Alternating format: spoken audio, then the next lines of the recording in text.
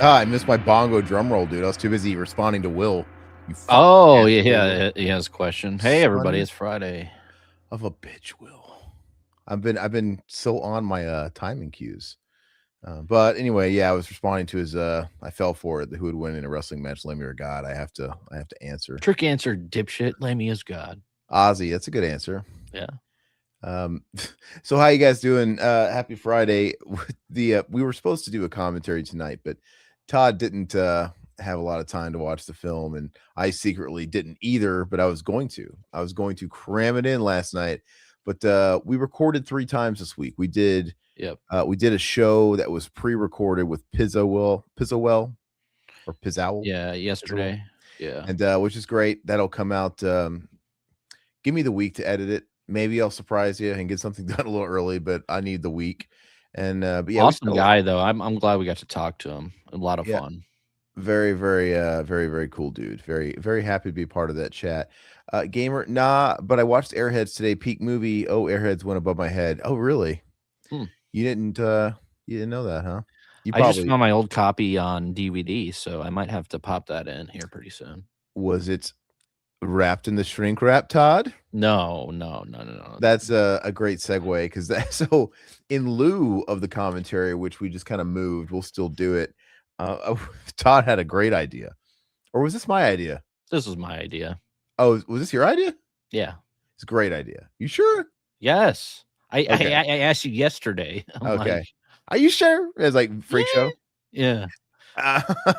Yeah, so he had a great idea. Basically, let's talk about some titles that have been collecting dust on our shelves. Look, this is a secret shame. Everybody that collects physical media or anything, it's a sickness. People buy too much. You get Mhm. caught under the wheels of capitalism, and we've all been there. There's a deal. It's like, oh God, it's a good deal. I might as well get it now so I can save a few bucks. By the time you get around to watching that son of a bitch, that thing is like $2. Yeah. You It's know, you not. end up losing out. Yeah. It makes no sense. It does not pay. I don't care how cheap it is. If you know for a fact you're not going to watch it in the next year, it's not wise to get it. Mhm. That goes with video game. I've done that with games, and Games that's is, that's yeah, the especially you biggest have crap. to do without games. That's Yeah. the biggest crap shoot.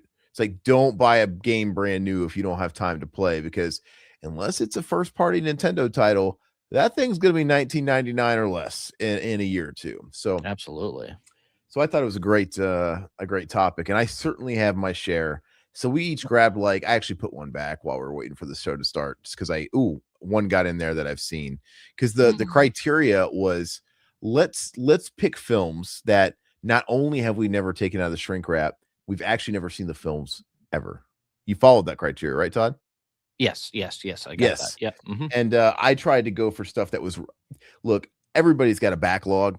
So I wasn't going for like stuff, anything I've gotten in the last couple of years that maybe I haven't gotten to. That's almost like the status quo now. That I didn't count that because Mhm. everybody's got somewhat of a backlog. I'm talking stuff that's years old. Oh, yeah, me too. Years. I That mean, 10 years old, yeah, at oh, this so point. it made me feel sick to my stomach when I saw it, dude. It's like fuck. I was just I like, I got a problem.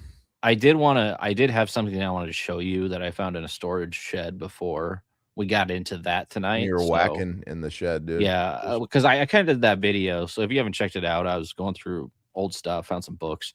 I found a lot of stuff from when I was, in grade school as well, so I found one thing from, I wanna say 1993 that I don't know. I opened it, I was like, "Wow, I still have this?" I mean, this is really cool. I mean, it's something I wrote down, and it's something interesting, like, I remember where I was, what I was doing when I actually did this, so I wanna show that to you, once you wanna check it out.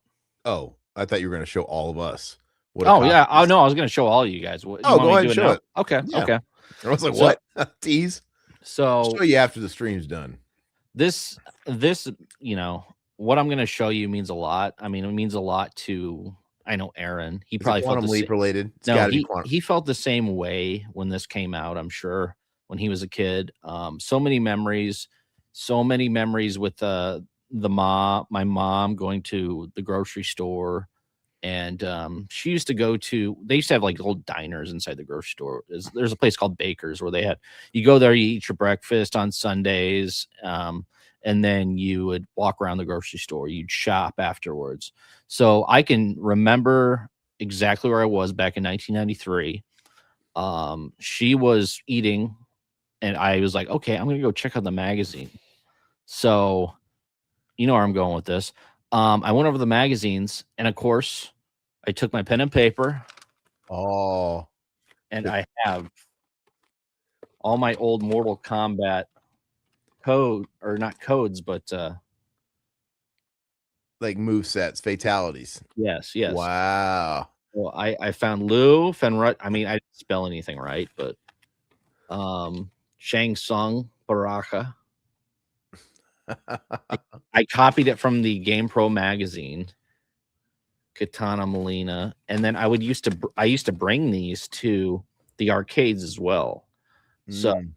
yes, I have very fond memories with this, because this is the only way you can really, find out the moves. It was like going through the Game Pros. Nobody would actually afford buying these magazines. Your parents wouldn't really let you buy it. So you would sit there for an hour or two while they're shopping, or where they're in there Yeah. just and do that sort of thing. But I saw these and I'm like, wow, I got to show this to Aaron. This means a lot, dude. I can remember doing this. It's very cool. You actually took the time to do like bubble letters and stuff. I See, I did. used to be more ninja about it, because I used to be like embarrassed, because it's kind of like theft. It's cheating, right? And I Sure. used to like just write really quick, and I'd have like a little piece of like paper, and you're like sitting there doing fucking calligraphy and shit. You didn't care. Well, no, I didn't care. I mean, You I was fucked the there law and you won. I was there for like, yeah, an hour and a half. I mean, some of the magazines I might have ripped open, the plastic, but Yeah. Mortal Kombat 2 was really Oh, hot. you ripped open the plastic? Oh, with some of them, yeah, absolutely. Okay. I had to, put them back and pretend I didn't rip it open, though. I just like Mm. folded it over, but Yeah. yeah. So once I saw these, I was like, I didn't show these to Aaron. The So, concept of the plastic's hilarious. This will stop them. yeah, Sealed. exactly. Dude, that reminds me of the story. Like I said, I used to go with I remember getting, oh gosh, tons of games. The last time I remember doing it was probably freshman year. I had acquired a copy of Twisted Metal 3 at a Hollywood Video. I bought a used copy, and I walked up to, I think it was Cub Foods, dude. And I wrote down all the cheats and codes from Twisted Metal. I have internet, dude, and I wrote down all those. And I remember coming home with that. That was the last time I remember doing it myself.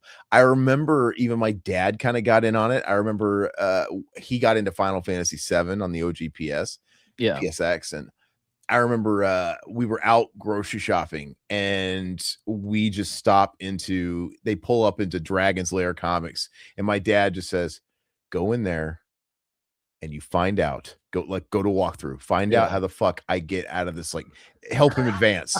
He didn't even plan it. He's like, "Go in there and you find out where I go." Oh man, that's funny. Just go in there and read and leave and take a. I might have had. Was he sitting in the car drinking or something? Like probably and driving. He probably gave me like a pen and paper, dude. Like, well, my mom was a waitress, so she probably had like a pad and paper handy, like in her little. So I'm like going to there on assignments to not pay for stuff, to not pay. But who are they to withhold information from us? Yeah. They can't withhold information. That is hysterical. It's actually kind of funny though, because like, where's that line of morality there? Because it's like, well, on one hand, can you withhold information, or I'm not taking the actual magazine? No. So it's like, it is cheating though. I don't know. Who cares? But I remember one time it blew up in my face, because I had I obviously never thought I was really crossing that moral line, which now as an adult, I'm like, I was kind of cheating, and I was still copying it out.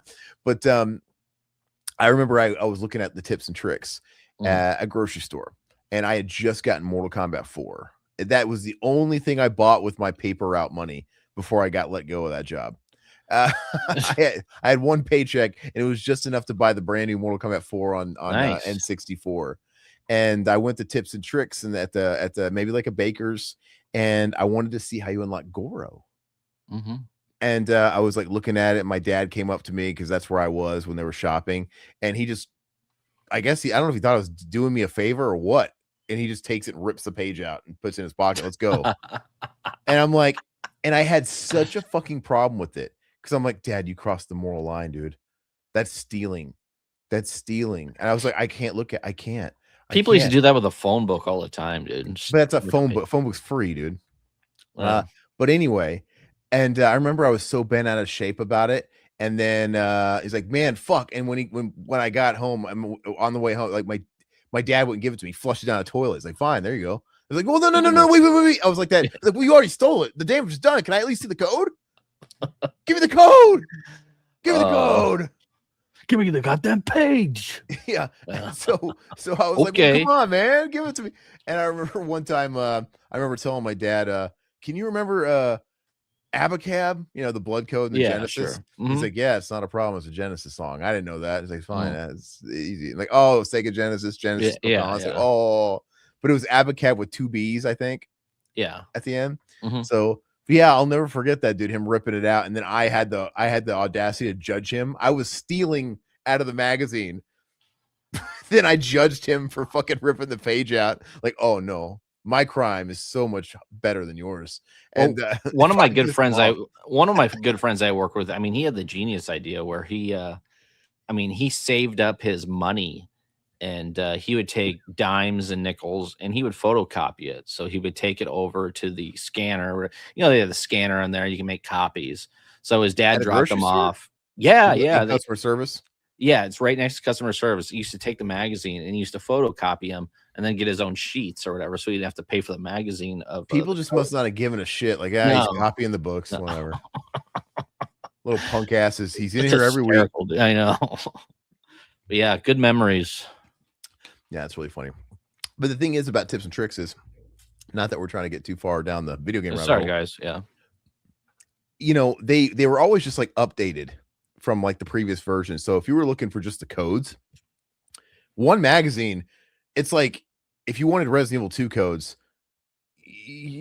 most of them had the same damn codes. Like they would edit them and add new games that have come Mhm. out, but like, just buy one magazine and you're pretty good for a lot of stuff. Sure.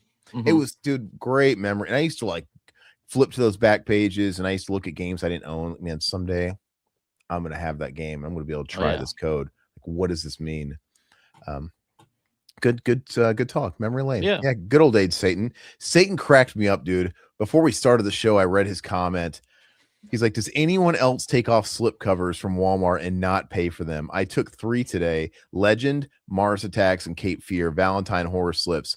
No, because again, if you go back and refer to the story I just told, that would be theft. And He's but doing the Lord's work, man. dude, what we expect that out of Satan. Yeah. You Yeah. are the devil.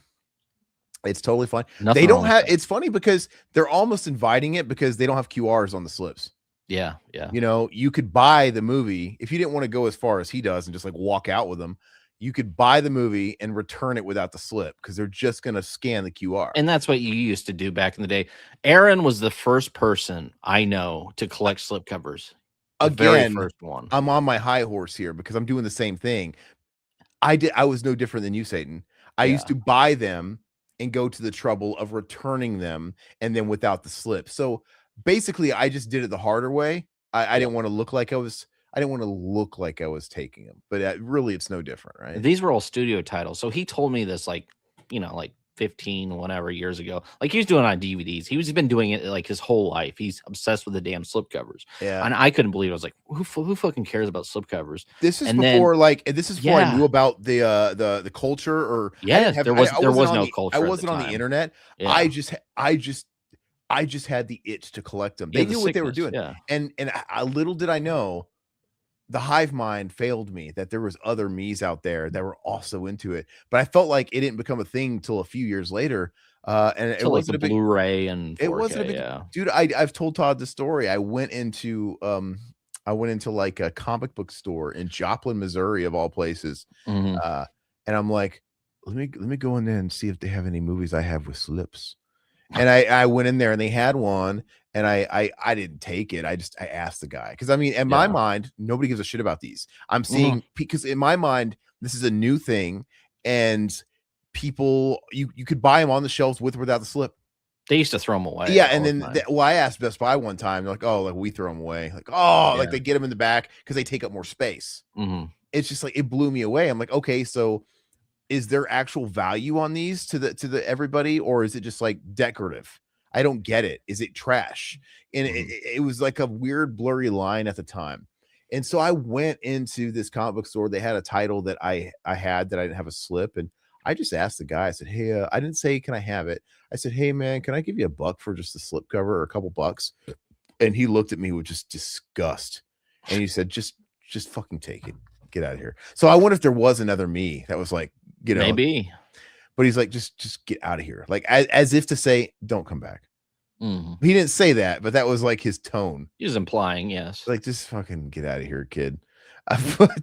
And then before you know it, it was like all the rage. Um, and when steelbooks first came out, I was into steelbooks, and I don't give a shit about steelbooks anymore just because they're not special. Mm. The cool thing about steelbooks was, yeah, it was neat. It was special. It was like a special edition. And when you had like that steelbook on there amongst all the normies, it stood out. But now like everything is a steelbook, and like I don't want a whole row of fucking steelbooks. Now it's the status quo. And that's now something with a slipcover looks better now. Oh, it stands Well, I out. mean, I'm not a steelbook guy at all. There's one steelbook that I love that, I mean, it's my favorite Total steelbook. I'll Recall. never get rid of it. Yeah, it's Total Recall. I mean, just look at this artwork too, dude. I mean, Yeah. this is an amazing piece of art, dude. I Yeah. love it. It drives So, me crazy because my slip to that is a little torn. It arrived torn, like yeah.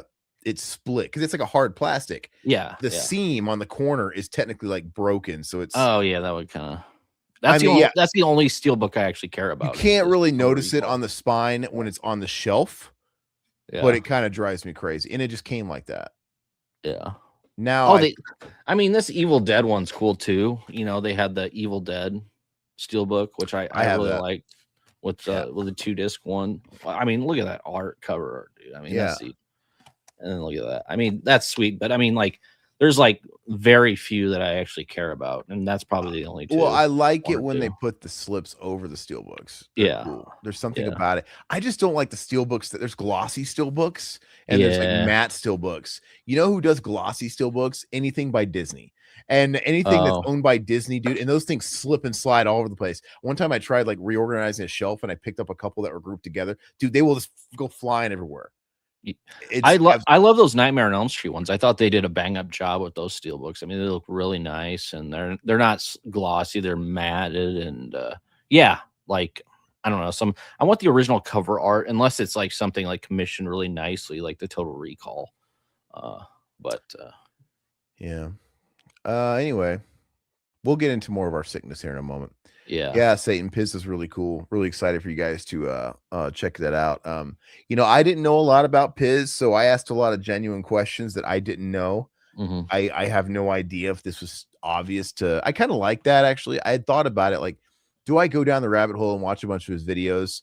Because then it's like, well, then I don't want to like run the risk of, oh God, I know he's answered that question, or Sure, so I'm sure. like, you know what, I'm just going to come in pure of heart and ask him stuff, and I thought it was a great chat, and we talked about quite a few things. We, of course, his forte is physical media. We talked a lot about physical media and the state of Hmm. that, and Hmm. we went into a rabbit hole about music and YouTube, a lot of yeah. cool stuff, and a very, very, very nice guy. Hmm. Satan, I still have shit from Black Friday from 5 years ago still sealed. Rookie numbers, dude. Yes. I've got Black Friday shit rookie. And by the way, I have 5 years ago out of here, dude. I have By stuff. 20. I'm scratching the surface. Like Todd and I had to Really? draw the line. Oh yeah, Yeah. dude. I got more. This is the stuff that I just still had on display. I got stuff in this closet. The only reason I didn't get even more right now is because I have this giant fucking soft light in the way, and I don't want to move it and get it. Yeah. But oh yeah, there's more, dude. I know I have Black Friday stuff from 13 years ago, Mm. 14 years ago. Hmm. But yeah, that was the thing of stuff was so cheap on Black Friday. They all have that Yeah. promo sticker at Walmart and shit like that. Anyways, I got this stupid cough still, dude. It's pissing me off. But how you doing, Travis? What's going on?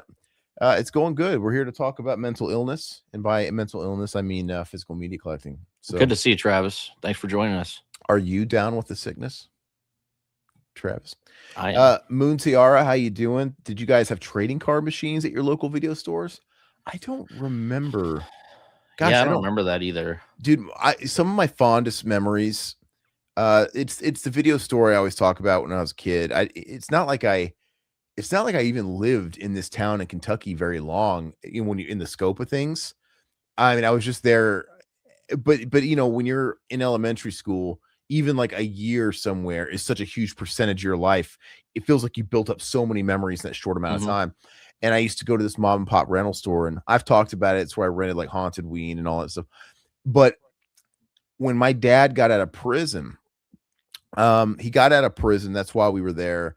And the idea was, okay, his mom's house is gonna be like the halfway house. We moved in with his mom, and he was gonna get out of prison, and he was gonna get on his feet, get a job, and they were Sure. gonna save money, and then we were gonna move out and start our family again, have our own place.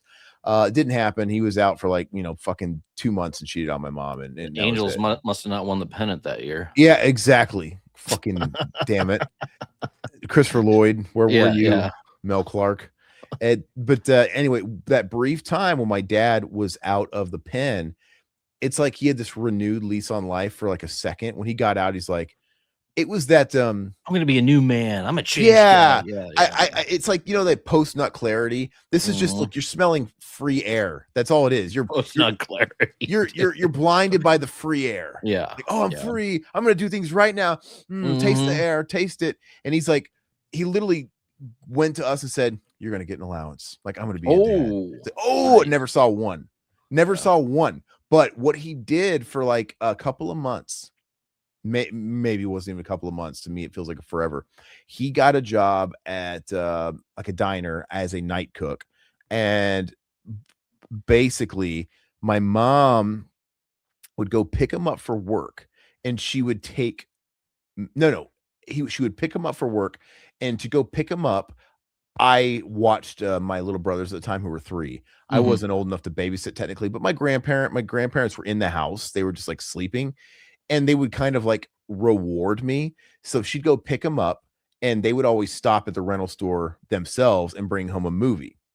And on Friday nights, for like I said, for a couple months, on the way home, he would go to the comic book rack, and he'd pick me out a comic book. And it Okay. was so cool, man. Like, I really thought I was gonna have a dad for like a second. And I remember him bringing like a Spider-Man comic, like, and I never picked these. He picked them out for me, and I loved it. And I remember him getting me like a Street Sharks comic, dude, from the TV show. Like, oh, Yeah, I remember Street Street Sharks. Sharks. And Yeah. I started building a little bit of a collection, and that was the start of my comic collecting, which eventually ended because I lost all that shit, and I was like, well, fuck that. But I would kill to still have those comics that he got me, Mhm. even if it was like 6, 7, 8 titles. And Sure. I remember him. I know exactly what he got me, and I wish I still had them just because of the memory. It's like, oh, Now you can still buy them. I'm sure they're pretty cheap. I want those ones. I Yeah. want the No, I get it. ones that his Mhm. I this is the symbol of him trying to be a good dad for a second. And yeah, man, that was a really fond memory. And it's funny because in the grand scheme of things, it was just a drop in the bucket, but I'll never forget it. That's how much good deeds matter, because like they stick. But so do the Absolutely, bad dude. ones. But the Yeah. bad ones do. But it's like a desert rose. It's like I still have that, diamond in the rough that sticks out. And yeah, anyway, so I used to go to that video store, and I used to love going to the comic rack, actually. They Mm. had it was like a video store, and towards the checkout, it was a little bit like a mini mart. They had like, it's a movie, snacks, Yeah, concessions, you could buy sure. drinks, and they had a comic rack, dude. I used to go there and just it was the coolest thing as a little kid to have a video store like basically across the street from your house. And it was like you just went there and hung out. I had nothing else to do. If it was a weekend or something like that, I would run into the video store. No one's telling me we got to go home. Come on, there's no one starting the car. We got to go. No, I'm like, I can go home when I want. It's like fucking 20 yards away. Yeah. And I could take all the time in the world to look through the videos. Took all the time in the world to just drool over the games, the new NES games or Super NES games and Genesis games, and then take all the time to look at the comics, dude. Great memories, man. Oh, No, I love used it. to go. We had. Oh, go ahead. Go ahead. Oh, Travis, here I have some of my overtime money. Thanks, brother. I Hey, appreciate we that. appreciate that, man. Hey, Yeah. you work hard for that overtime money, dude. I feel you, dude. I'm lucky enough to get overtime usually, and I got to work it. You got to work it too. Mhm. When they hand that overtime in this economy, Yeah, we can't afford not to do it. So the fact that you've broken us off a piece, it's very grateful for that. really appreciate Thank it. you so much. Speaking of the we were talking about the movies. So do you remember Main Street Movies? So it was in our No. town. It was kind of where you lived over there. It was, I want to say it was early 90s. So this was opened up. This is the guy who actually introduced me to, like, all the Romero films, Dawn of the Dead, Day of the Dead.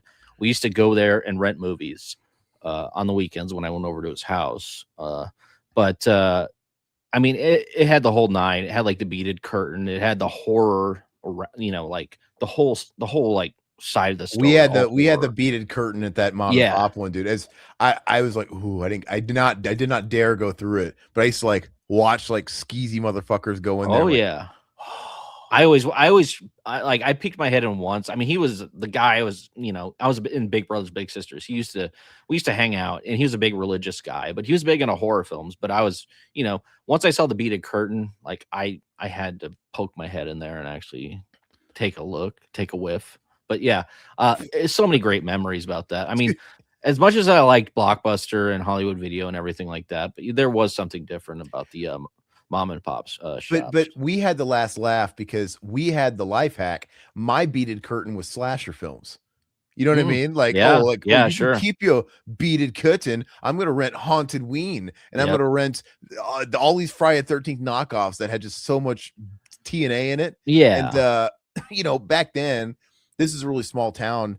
Everybody knew my grandma. It was really everybody knew everybody, and they didn't give a shit that I was like fucking 9 years old, 8 years old. Mhm. I would Yeah. literally go there and I'd rent Hellraiser, I'd rent Friday the 13th. I think Jason Takes Manhattan, Mhm. whatever was out at the time. And I would just walk up to the counter, man, knowing what I have in these contents has so many fucking tits in them. And then the lady behind the counter would be like, tell your grandma I said hi. And that's the crazy thing to me, because when you go to Blockbuster, they actually censored you. Like, if you weren't like Yeah. 17 or whatever, they wouldn't let you rent this stuff. Dude, it happened. Well, this is a mom and pop place. No, and that's what I'm saying. Like, if you one- go to like a different place, then they're like, whatever. Who One cares? time, Yeah. one time somebody got me there. And I Yeah. don't know what I remember. I went up there and I rented whatever horror movies because my grandmother would send me up there, go rent some horror movies Mhm. because she loved that shit. Yeah. And I'd go up there and rent a bunch. And then one time, this old lady was like, "I think you're a little young for these. Do you want to go pick something else out?" And I was like, "Oh," I denied. Like, what? Like, excuse me, ma'am. I don't think you know who my grandmother is. I'm in here all the fucking time. I didn't pull that, but I went back and I got Billy Madison. She's like, "That's more like it." I'm like, okay, like, and that was great. I got Billy Madison. That was Yeah. fucking awesome. Still good. It Yeah. it was a great memory, but and I think we'd already seen it though. But my grandma didn't. My grandma loved Billy Madison. Oh, we rented the same movie like 10 times. It's like, why not just buy yeah. them, dude? That was my whole thing with Mortal Kombat 95. We rented that movie more than any other movie. That's why I have such an affinity for it. But we rented it so many times. I wouldn't be shocked if we rented that damn fucking movie 30 damn times. And at a point, we finally bought a copy. We bought like a used copy from where we used to rent it. It's probably the one that I rented a million times. And it's just like they had the last laugh on that one because like, haha, you spent about $400 on this. My mom rented the same movie 3 different times, not knowing she rented it, and it was Thunder in Paradise. Oh, hell with yeah. Hulk Hogan. Hell yeah. Like, Mom, Thunder in Paradise again? It's got that guy you like so much, the real American.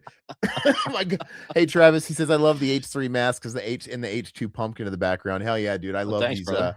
I love these Tots masks, man. I got a Halloween like kills mask or something right there. But yeah, I love those Tots masks. They really pop. And speaking of Tots, dude, they just announced MK2 Ninja masks. Those look cool, dude. Gonna have to make some room somewhere because I might have to get those, man. They look sweet. They're not on sale yet, but let's see here. I want to catch up on some of these comments. People are chiming in on what they've got sealed. So I apologize. Okay. Oh yeah. We went off on the beaten path. Let me what's up, Mute? Sorry, I didn't say hi to you. Commence jiggling. Let's see. Aaron was the original slipcover Steve, dude. Is that what you call him? I was. I think he might have been. God, I've been doing this shit for 15 years at least. And I thought he was crazy when he told me about this. Like, originally, I'm like, what? And now I think Todd's crazy for keeping J cards and shit. Like, that's the trash. And I went through a period where I actually cared about that shit. Like I don't really care about slipcovers and stuff like that anymore. So it's just like, but there was a time for like 5 to 7 years where I cared about it. So Yeah. I've gotten so much better about it. yeah, If I can get one, yeah, I'm not gonna like pick the one without it. absolutely, yeah, But I'm not gonna go to the trouble of fucking returning something and buying. I'm not gonna do that. yeah. Life's too short, dude. We're all getting too old. Let's see. Yeah, it's the card machines. That's what sign. Yeah, thank you for that. That question spawned that. Oh my god, I just threw up my mouth. The sight of Todd will do that to you after fucking Oh yeah. 25 years of looking at his ass. Has it been 25? Yeah, about 25. Yeah, 20, yeah. 20 Mhm. yeah, 25. Hey, Moon Tiara. So yeah, that comment spun that whole talk we just had. I love it. Sam Lombardo, he says, I have a signed Blu-ray of my favorite movie, Fright Night. My mom bought it for me as a teen, and he signed her name, even though she told him to sign mine. I just can't open it. My Oh. Lord, dude, I don't think it's within arm's reach. It might be in the next room, but I have my brother, Dr. Sleaze. Mhm. He bought me a Christmas present one year, and I opened it up, and it was a signed 8x10 of Brian Thompson as Shao Kahn from Mortal Kombat Annihilation. Oh, This is really? before like guys like him. This is before cons were mainstream. So Sure. guys like Brian Thompson weren't doing conventions. It was pretty much just Trekkies and shit. So you had to order it through the website. Mm. Anyway, I'm like, oh man, this is fucking because we hated that movie. It was a kind of an inside joke. Mhm. And and then I look closely and I read it, and it says Andrew. That's my brother's name. Oh, yeah, yeah. I am to be feared. I'm like, oh, Yeah. this is addressed to you. He's like, oh, he's like, oh man, yeah, I saw that, and he must have went off the name on the card I used. I'm like, there had to have been a place to put a note because I know, right? you know how many Yeah, people yeah. are like buying stuff for people. Yeah, sure. That makes no sense. But yeah, so I still have it, and that's actually kind of part of the charm of it. I look at it, it says Andrew, I It am to be makes you feared. laugh. Yeah, Yeah, yeah. it's loud. It's like I got my brother's autograph, dude, and it's Yeah. like a hairy chested Shao Kahn, and it's so stupid, dude. I haven't hung it up yet. It hasn't been hung up in years, but Mm. let's see. Travis, these are your shelf of shame titles. Okay. Surf's Up, Pirates, Band of Misfits, Okay. Independence Day, and Predator 2. I believe are all still unopened on my shelf. If that's all you got, That's you're pretty doing good, man. pretty good. And I have a Yeah. question. Have you at least seen the movies before? Because I think it's really bad, like when you haven't actually ever watched them. And I've been ticking a couple of these boxes in recent. I just watched my copy of Dark City this year, and I'd I never still haven't seen it. seen it. I've I had don't that own it, but I I've didn't had see that it. damn movie for fucking 12, 13 years, and Yeah. I bought it, and I watched it, and, it was really good, so I would be showing that today. Mhm. But, I've watched a couple of those because the thing is you forget when they've gotten to be so old, you Mhm. eventually even if they're on your shelf, you just kinda look past them. They don't Well, exist. I usually set them on the coffee table, the ones I haven't watched, but then, Uh-huh. like, something happens, somebody comes over, I need to clean up real quick. I'll throw them in the shelf and then, like, And before you yeah. know it, you're on a whole different fucking media platform. DVDs Mhm. don't exist anymore, and now you got like boutique releases on 4K you got to get to. And I'm just saying, like, I literally just these films, I look past them, even though they're on my shelf. Like they're not even there. They're just because at this point I'm so used to them being on the shelf that Mhm. it's almost like ornamental. But I don't know. So gamer, I found a sealed PS2 game at a thrift store once, True Crime Streets in New York, and kept Mm. it in the shrink for about 4 months. Again, that's not bad. That's Not it? bad. No. Especially a Good lord. game. That's pretty Well, good. look, I've been selling off my game collection for the last year, and that sickness has benefited me greatly because I had so many games I'd buy on this dirt cheap, and I would never open them. And, like, for that Deadpool game, I I'm with you. I don't open it until dude, I play them. I Yeah. bought that Deadpool game, that was, Activision, Mhm. and, it got delisted, rights and shit, and it became in this game came out before the Deadpool movie came out, so Deadpool got real fucking popular, and everybody wanted this game that you couldn't find digitally or anywhere else, and I had bought it on clearance about I bought it in 2016, maybe 2017. And I bought it at Walmart in the clearance rack, which I think they're kind of doing away with now, but I used to get so many deals. I bought it for $3. I sold that fucking thing for almost $400 last Oh, year. wow. Yeah, Okay. because it's so pricey and mine Yeah. was unopened. So yeah, dude, I've made a mint not doing that, not rushing to opening shit. And likewise, I've had some things that I regretted opening. So like Nintendo, they used to do this thing, starting with like 3DS and shit like that, where you open it and you get reward points and you add them to your account. You get like gold coins, like one $60 game was worth 60 gold coins. You save up 500 gold coins. That's like the equivalent of $5 on their digital shop. Oh, So I God. would open up games to get the coins and never play the game. And I lost shit tons of money. I was selling like Pokemon games that should have been sealed, dude. Like, God dang it. So they Yeah. fucking got me. They The got me on that. sealed market with video games is crazy, man. Bad. The ones that got away, am I right? Travis, when I was born, my mother's boyfriend at the time owned a convenience store, VHS rental store, but Mm, tapes were being phased out at the time, so I inherited many of them. Wow. Do you that's still have them? awesome. That's yeah, and you used to be able to buy a lot of like DVDs, VHS in convenience stores. I mean, we used to rent all our stuff in grocery stores a lot of the times. So it's crazy. And they used to have hella good deals. Like you're going in there buying a pack of smokes, and then you see a bin of DVDs for like $3, and you're just like, oh man, I'm gonna pick this up.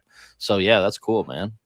And there was a time, during the DVD, like deep into DVDs, people were just throwing away all their VHSs. I had a couple of people Yeah. just give me trash bags full of their VHSs. Totally fine, pristine. They just didn't want them. And to be fair, I didn't want them either. I ended up just donating them too, because it's like I don't fucking have a VHS player.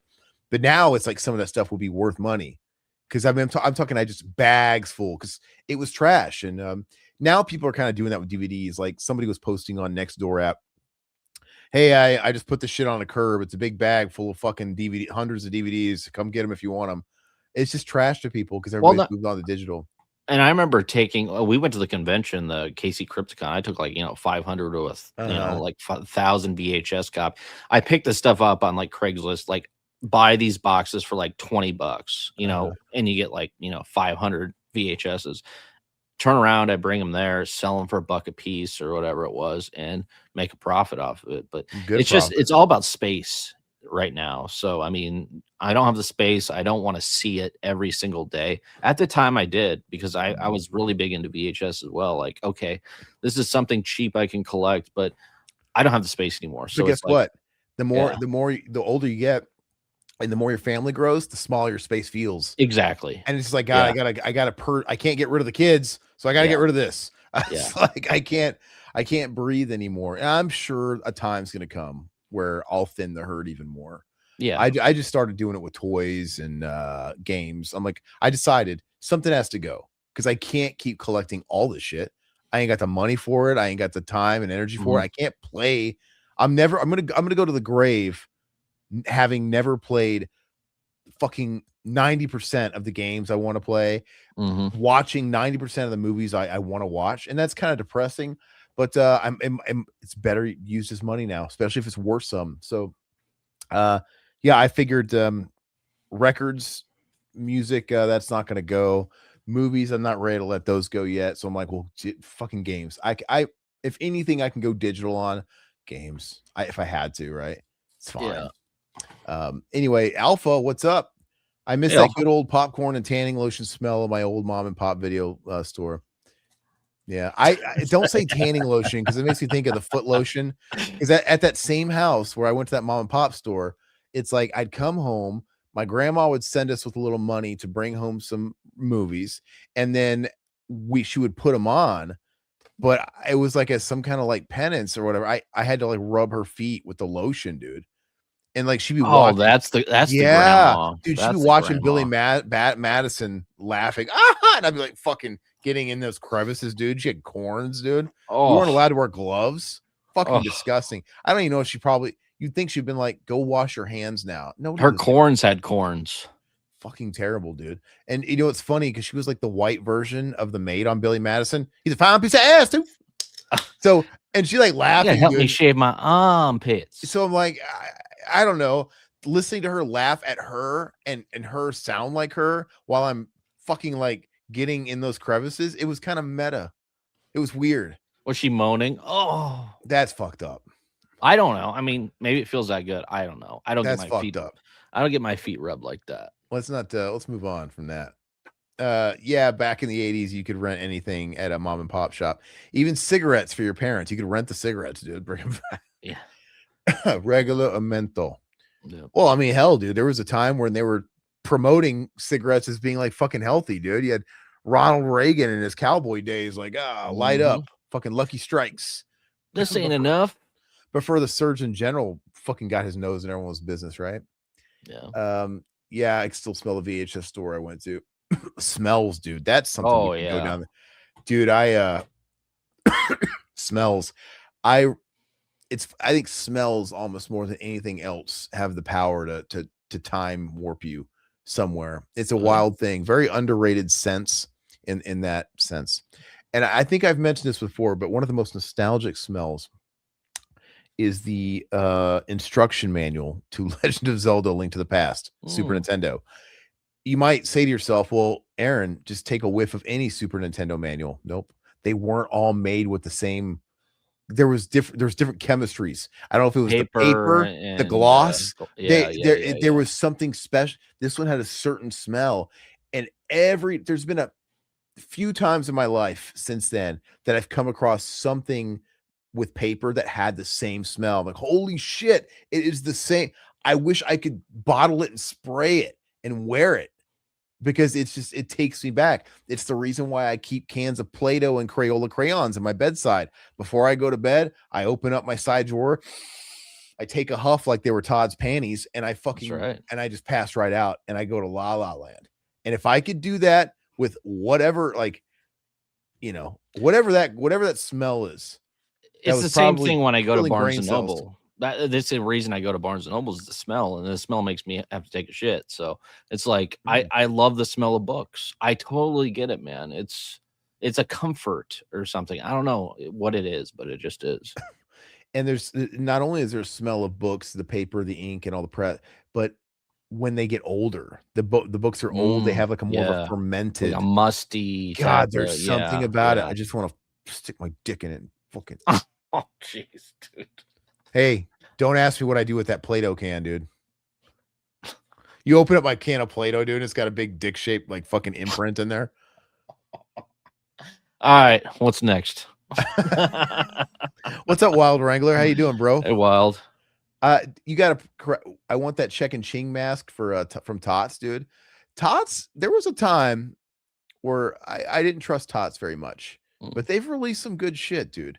Yeah, I mean, I have some masks back there. Dude, I really dig that first Halloween Michael mask, Halloween 2 looks like ass. It looks nothing like him. It's like oversized. But dude, the fucking Halloween H4O, the Kills mask back there, it looks pretty good. They did a lot better, and a lot of people will buy them and get them customed and all that stuff. Mac is real big into masks as well. I'll tell you who's into masks, dude. I was jealous of all Pizz's. Piz has some awesome masks. They were all in his background. I was envious, dude. I'm like, God, that is fucking sick. He has a lot of mask videos too, so yeah, those are really cool. Yeah, and I'm scared to go down that rabbit hole because it's like, dude, I could see myself collecting masks. Oh yeah, it's kind of pricey. And talk about no space. I mean, I don't want to do that. God, this cough. It's so funny. I muted and then I unmuted when I coughed. I can't do it. Moon Tiara, my shelf of shame includes Rise of Skywalker. I don't blame you. Han Solo movie. I don't blame you. And Rogue One. Never seen them and still in shrink wrap. I only bought them to complete my Star Wars Blu-ray collection. I too know the plight of buying stuff to complete the collection. I do that with albums. I'm like, not every band, but there's some bands that I love, and when they have stinkers in their cat, I still love the band. Like, look, Judas Priest is one of my favorite bands in the world. Ram It Down's not a good album. I don't mind Ram. It's not great, but I don't mind it. It's not good. And of course I have to own it. I have to complete it. Sure, you do. Look, I know people hate Saint Anger. Of course I have to have it. It's terrible. I have to have Saint Anger. I can't. You and Alpha like that. You're trying to bring it back. Yeah, whatever. But there's certain bands I won't do that to. Like, there's nostalgia. Like, we were talking about Korn the other day. I just want the records I grew up with. I stopped listening to Korn after Issues. I don't need any Korn after Issues. Yeah, there's no good. Do I have significant other Limp Bizkit? Yes. Am I gonna? Am I gonna get fucking Results May Vary absolute over my dead fucking Well, I'm body? gonna buy it for you for Christmas because it's a great album. Well, good luck finding the vinyl because it doesn't exist. Well, hopefully it'll come out soon. Yeah, Alpha Barnes and Noble smells like white people. Say less, daddy. Hey, do you guys remember Borders, dude? Yeah, dude, Do you like Borders even Borders? better. It was even better. I actually found some good like CD deals at Borders sometimes. Like they would like liquidate some stuff. Their physical media, like movies and stuff. I mean, it was top notch. They had so many good things at Borders when I came to I that. I remember I was in when Borders was going out of business. I was in Texas at the time, and I was spending some time in Houston, and I was staying at this swank apartment right across the street from their really huge mall, the Galleria. The Galleria? The And gallery, it yeah. was huge, dude. It was awesome. And they had their Barnes Noble was going out of business. They all were, and they were just liquidating everything. And I bought the first Seven Dust album for like $4. Good times. Mac is into banging in his masks. He is. Oh yeah, I heard those stories. There was a time where Mac was doing like OnlyFans with his mask. It was before OF existed, and he wasn't even doing print. He wasn't charging people for it, but he was posting this shit on like Snap, him banging broads and his like Michael masks and shit. I'm like, God, you are as sleazy as it gets. And but I can't help but love Mac. Oh, he's hysterical, man. He's really funny, and it's just like Yeah. you just when you hear that stuff, you're just like, wah, wah, oh Mac. Like that's just Mac. I don't want to see it, but I'm not shocked by any of it. Yeah. But it's just wild. I hope he had consent. I'm sure he did. Wild Wrangler. I owned the Goosebumps, the haunted mask back in the 90s. Mm. Oh, dude. That haunted mask, dude, I'll never forget the best Scholastic book fair I ever had in my history of Scholastic book fairs was when I got the brand new, it was basically like a pre-order of the Haunted Mask 2. And that came in. And I remember I came in, I brought that home from school. I was like, I smelled those books, dude, those fucking Goosebumps book. You know, those took me home, man. Night of Living Dummy was my jam. That was my favorite one. I love the raised covers, dude. Like the texture, the quality, absolute. The re-release didn't do the raised text on there. Oh yeah, cheapskates. Yeah, fucking terrible. But I love that mask, and when I was so obsessed with the cover and feeling the Haunted Mask 2 mask because it was like that old mask. It looked like an old man. Yeah, it looked a little different. The Say Cheese and Die cover. I mean, there's so many cool Goosebumps. Part of me wishes. I mean, the thing is this stuff's obtainable. You can go on eBay and find these now. Yeah, there's if I had unlimited storage and unlimited space, like if I could just open up a door and it lead to a fucking just Narnia of just an endless basement where I could just store all this stuff, I would love to be like, and this endless hallways where I come to reminisce on books when I was in school. I would have every Goosebumps book, and I would never read any of this shit. You know, I read them in school. You wouldn't read it today. No, not today. Hell no. Look at it. I just want to look at the cover, smell it once every 20 years, and put it back to gather dust. It's just knowing it's close by, right? Yeah. And I've almost, you know how many times I've almost pulled the trigger of going on eBay and buying up all my old like PSM magazines. You don't want to go down that road. I don't, because it's magazines trash. The thing is I would look at them. I just want to, some of them I want to buy. Part of me wants to just buy a couple of the issues I really liked just to have them, just to have the couple that I had. And so I can just like go through them memory lane and I'll look at them once and that'll be it. But again, if we had like doors that led to endless Narnia fucking space in our houses and stuff like that, as my buddy Randall said when I started purging my shit, oh no, dude, you get a bigger house. You got to get more. We got a bigger house, man. That's what he says. Get a bigger house. Like says the guy at a castle. Yeah, easy for you to say. He lives in a big house, man. He's like, oh, you get a bigger house, man. That's the way. Like, yeah. Well, why don't you like lend me half of yours? Because this guy's got fucking like 35 rooms, dude. His room's got rooms. His room's got rooms. Yeah, absolutely. Okay, Alpha. Untouchables is a very underrated album. I have to disagree. I know that's look, the branch off point, right? Some people, the branch off point was Issues, and then from there it's like, okay. Some people, Untouchables was like the last one, right? I don't fuck with Untouchables. I've tried to like it. I've tried to listen to it. I think Here to Stay, it opens with Here to Stay. That was their lead single. That song is a fucking banger. When it first came out, I'm like, this is stock. I didn't like it. Now, dude, because they play that shit live all the time now. It never loses that, and it rocks your nuts, dude. It's heavy. It's awesome. But the rest of the record, it's just I don't know. It's just not Korn. The song, the production's there. I get it. It's like super layered and it's cool. It's a sonic experience. But it's the songs just aren't there for me personally. We're not going down this rabbit hole from new metal. The Haunted Mass book should have stopped after I Don't Need Korn. Should have stopped at I Don't Need Korn. The Haunted Mass book cover mesmerized me as a kid. I would stare at it for hours. I loved it. Dude, there's just so many of those. But you know which one I also liked? Haunted Beach. Haunted Beach was an underrated one. And I loved Haunted Beach because they read it to us in 4th grade. My teacher read it at story time. And I love the cover of Haunted Beach. It's like a fucking metal album. Oh, dude. Yeah, that's cool, dude. I love Haunted Beach. I remember Beach. that one. Yeah. Follow the Leader was the end for me. Hey, man, I feel you. All in the family, right?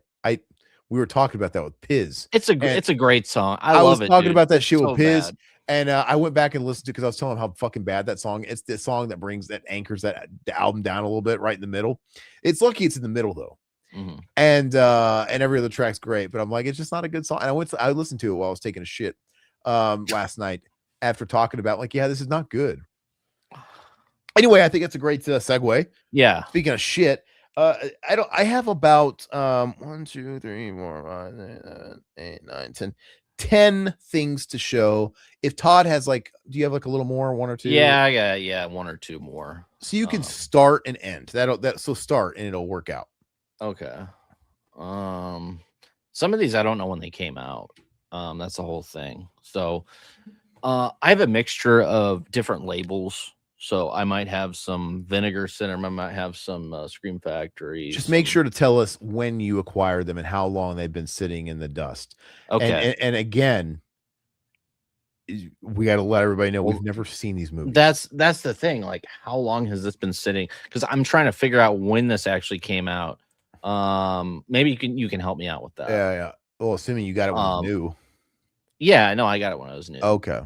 But it's just like newer. I mean, some of these don't have slipcovers, so I mean, I don't remember if they didn't send them to me or what. Just get to the movies, huh? Okay, the first one, which I've never seen, but now that I actually found this on my shelf and brush the dust off, which it's Scream Factory, and I don't know if you've seen this, but it looks, dude, the cover alone sold it for me. The Nest. Nope, never seen it. I don't have that either. Looks pretty cool. You know, a Blu-ray DVD combo pack. The Nest cockroach movie. I mean, a killer cockroach movie. I mean, how can you go wrong with that? But I think I've heard. I think Red Letter Media lampooned that flick one time. Oh, really? I think that might be the one. I could be wrong, but wasn't it? Don't they use like really shitty zoomed in shots of roaches, and they're trying to pass them off as giant? And I don't know. Maybe I'm totally wrong, and I may be missing the mark, but. Yeah, this is one I remember picking up. I was like, oh, the cover alone. I was like, okay, The Nest. I think I might have flipped through old Fango magazines, saw the actual cover, the poster art of the film, and I was like, I need to check it out. So I was like, I picked it up. I don't know, like when animals attack movies, that sort of thing, like killer insects. I have to be in a certain mood to actually watch that. And honestly, so what made you pull the trigger on this? Then was it cheap? I don't know. I think it was the cover alone, dude. I don't know. It looks like a metal band logo, dude. Yeah, it's an awesome cover, dude. But yeah, I'm actually gonna put this in my rotation. If anybody's seen it in the chat, let me know if I should open this. If not, that's kind of my goal from this too. Is now that I've pulled, sell it, push it down the road, dude. Look, sell it off. I've pulled out my stack, and I'm hopes like, oh shit, I'm actually gonna sit this aside. I'm going to leave it on my desk. So I just, when I'm playing guitar, put it on in the background, watch it. Yeah. So, all right. So my first one, I want to say, gosh, this is probably, I bought this before I lived in Arizona. I moved to Arizona in 2014. All of these movies that I'm about to pull, well, no. Almost all of these movies, but maybe one, I think, I bought before I even lived in Arizona. So that tells you they're all at least 12 years old. I think I got this one about 14 years ago, Mhm. 2012. And I've never seen this movie, believe it or not. Dances with Wolves. Oh, wow, okay. This is one of the because I didn't get Blu-ray until like 2012. So this is probably Mhm. one of the early Blu-rays I got. Never Sure. seen it. Slipcover still in all the shit. There it is. And like, dude, we probably have 4Ks of this now. It's like, why? I don't know why I've just never I always look at it. Very I long film. See, the thing is when Blu-ray first came out, I was kind of obsessed. Like, oh yeah, so I bought a whole bunch of movies because the first set of movies I watched blew me fucking away because I thought the jump from DVD to Blu-ray was insane. Mhm. And I remember I bought the first movies I got with my Blu-ray player and my 1080p TV. Well, I had a Blu-ray 3D player, Blu-ray Yeah. 3D. I bought X-Men 1, 2, and 3 because I don't give a fuck what you guys say. X-Men 2 is the tits. I think it's a great movie. And I bought, per Todd's recommendation, Stakeland. I liked it when it came out. And I bought House of a Thousand Corpses. Mm. And I think I bought The Trick or Treat with Sam. I think that release came out around 2012. Mhm. And I think those are the films I came home with. And I remember watching X-Men 2, like, God, this looks amazing. And it did at the time, like, whoa. And so I went thereafter. I remember just buying up anything for like $10 I could find. And it's like, oh, it's gonna blow me away. And this is probably one of them. And yeah, I just always look at it like, for one, I never liked Kevin Costner. Now I kind of like Kevin Costner. I love Kevin Costner, man. But I would always look at it and like, oh man, this movie is so very long. Like, when am I gonna have time to watch this? And that's funny because this is before I had a kid, and there's a million opportunities when I had like a week off work, vacation, and I still didn't watch it. So because I forgot it existed. So that is mine. So guys, should I be watching Dance with the Wolves? Am I missing out? I really like it. I think it's a great film. Yeah. But Wow. I mean, do you have the time to watch it? Because I remember it being like 4 hours long. I don't have time for shit, dude. Yeah. I don't have time to shit, dude. I don't have time. I remember my grandfather that was on TV or something, and he recorded it, and yeah, it was like 4 hours or something. It was ridiculous, but dude, check it out. Mutineer has the nest and shrink wrap too. Brothers. Nice. Welcome, brothers and shrink. That's right. Brothers in cellophane unite. Satan's never seen it, but Mutineer saying you don't need it. Mutineer says you don't need to see it. Okay. Wild Wrangler says the nest open is good. Gross movie. Okay. So Okay. open Thanks, it. It's good. Okay. Okay. Satan's saying I should watch Dance with Wolves. Dance with Wolves is good. Yeah. Yeah. Mutineer Okay. saying see Dirty Dances with Wolves instead. That'd be good too. Jennifer Grey's nose is too big for me, guys. I'm not a big fan. Mm. Goodfellas was robbed. Oh, this is the same year. Like they got the best picture, whatever. Best picture. Goodfellas, I've seen a million times. That one I didn't escape me. But okay, Todd, go ahead. All right. So my second one is something. It came out in 2016, I believe, and they used to have like advertisements for this on, like, they showed the cover all the time in like Fangoria. They never really got into the film, if I remember right, but I remember flipping through the pages of like I had the old Fangos from like the 80s and the 90s, and they had this advertisement. I just saw the cover and I was like, whoa, this looks interesting. So I ended up picking this up, Vinegar Syndrome, and I still haven't watched it, and it is Demonoid. Oh my gosh. Yes. So I think this is a Mexican production. So it's like a Mexican horror film. And yeah, I don't know. It's just a lot of these, like, I don't know. A lot of these Vinegar Syndromes aren't that great. So is this one of the better ones? Just tell me that. They're doing the I'm Conan cover, dude. Yeah. I mean, Vacation. it looks pretty cool, but yeah, I haven't, a lot of these I haven't got around to actually watching. So yeah, Demonoid is my next pick. Man, how many Vinegar Syndrome titles are going to be in this stack? Probably a lot, dude. And like 3. I actually have more Scream Factory ones.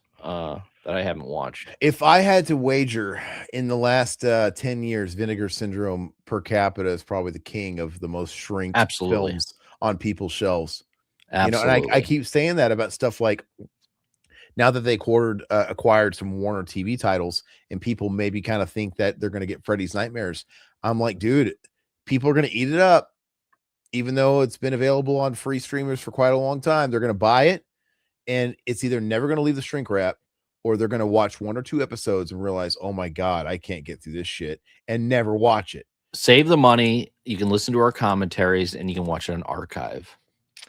Back in the day, people were selling like burn rips of like you recorded off TV, and they would put them on DVDs and shit like that. That was kind of a fun time before shows like Pete and Pete got DVD releases, and Are You Afraid of the Dark and Freddy. You could buy these like on bootleg. It was kind of neat. Let's see here. I probably should have mixed these up a little better, because this one is kind of like treading in a similar territory, Todd. But I couldn't tell you when I got this. I definitely got this when I lived in Missouri.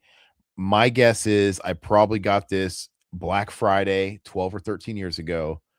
Last of the Mohicans. Oh, I don't even remember watching that. Daniel Day-Lewis, dude. It's a Michael Mann film. This is one of those movies too. This is a huge movie. And I've never fucking I've wanted to see like is this the one that has like Wes Studi, dude? Or is that Dance with Wolves? I don't know. I think Wes Studi's in this one.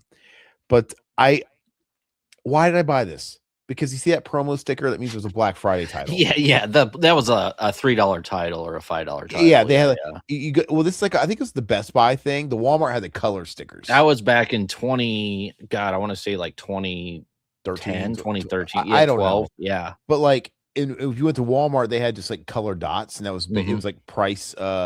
There's a key, like, oh, the blue was $3.99, the orange was whatever. I'm pretty sure this is Best Buy, and yeah, I probably paid $3 for this. And again, consume, obey. Why did I want this? I don't know. But can anybody vouch for Last of the Mohicans? And see, look, Mutineer says Last of the Mohicans kicks Dances with Wolves ass. Wow. Okay. They're very similar seeming movies. Which one is longer? Because that's the one I'm going to watch first. It's last. Okay. I'll have to figure it out. But I imagine they're both very. Oh, Last of the Mohicans is not very long. It is 6 minutes shy of 2 hours. We have a winner. This one's not even 2 hours. Hell yeah, dude. Dancing with Wolves. Let's just look at this real quick. I have to find out. I wish it was. My God. Dances with Wolves. This movie is 6 minutes shy of 2 hours. This movie is 6 minutes shy of 4 hours. Yeah, I told you it's 4 hours, dude. Yeah, dude. It was when it came out on VHS. It was like it was a huge double, box, dude. Yeah. Goodbye. Yeah. Out of my way. Yeah. Kevin Costner, you do not respect my time. Therefore, I do not respect you. Yeah, so that's like a 2-nighter, a 3-nighter right there. Now me and Satan are at odds. Oh wait. Because he hated Last of the Mohicans. Oh, okay. Wow. Nice. There's like several cuts of Last of the Mohicans. I don't even think you can get the theatrical anymore. Yeah, this is the director's definitive cut. So this is Michael Mann's preferred cut. So we'll see. Okay. Hey, it worked for Clive Barker and Lord of Illusions, man. There you go. Usually I like the Cabal cut. Oh, I was thinking of okay. Nightbreed. Nightbreed. Yeah, that didn't help that movie. Anyway, Todd, what's your next one? Next one is one. Excuse me.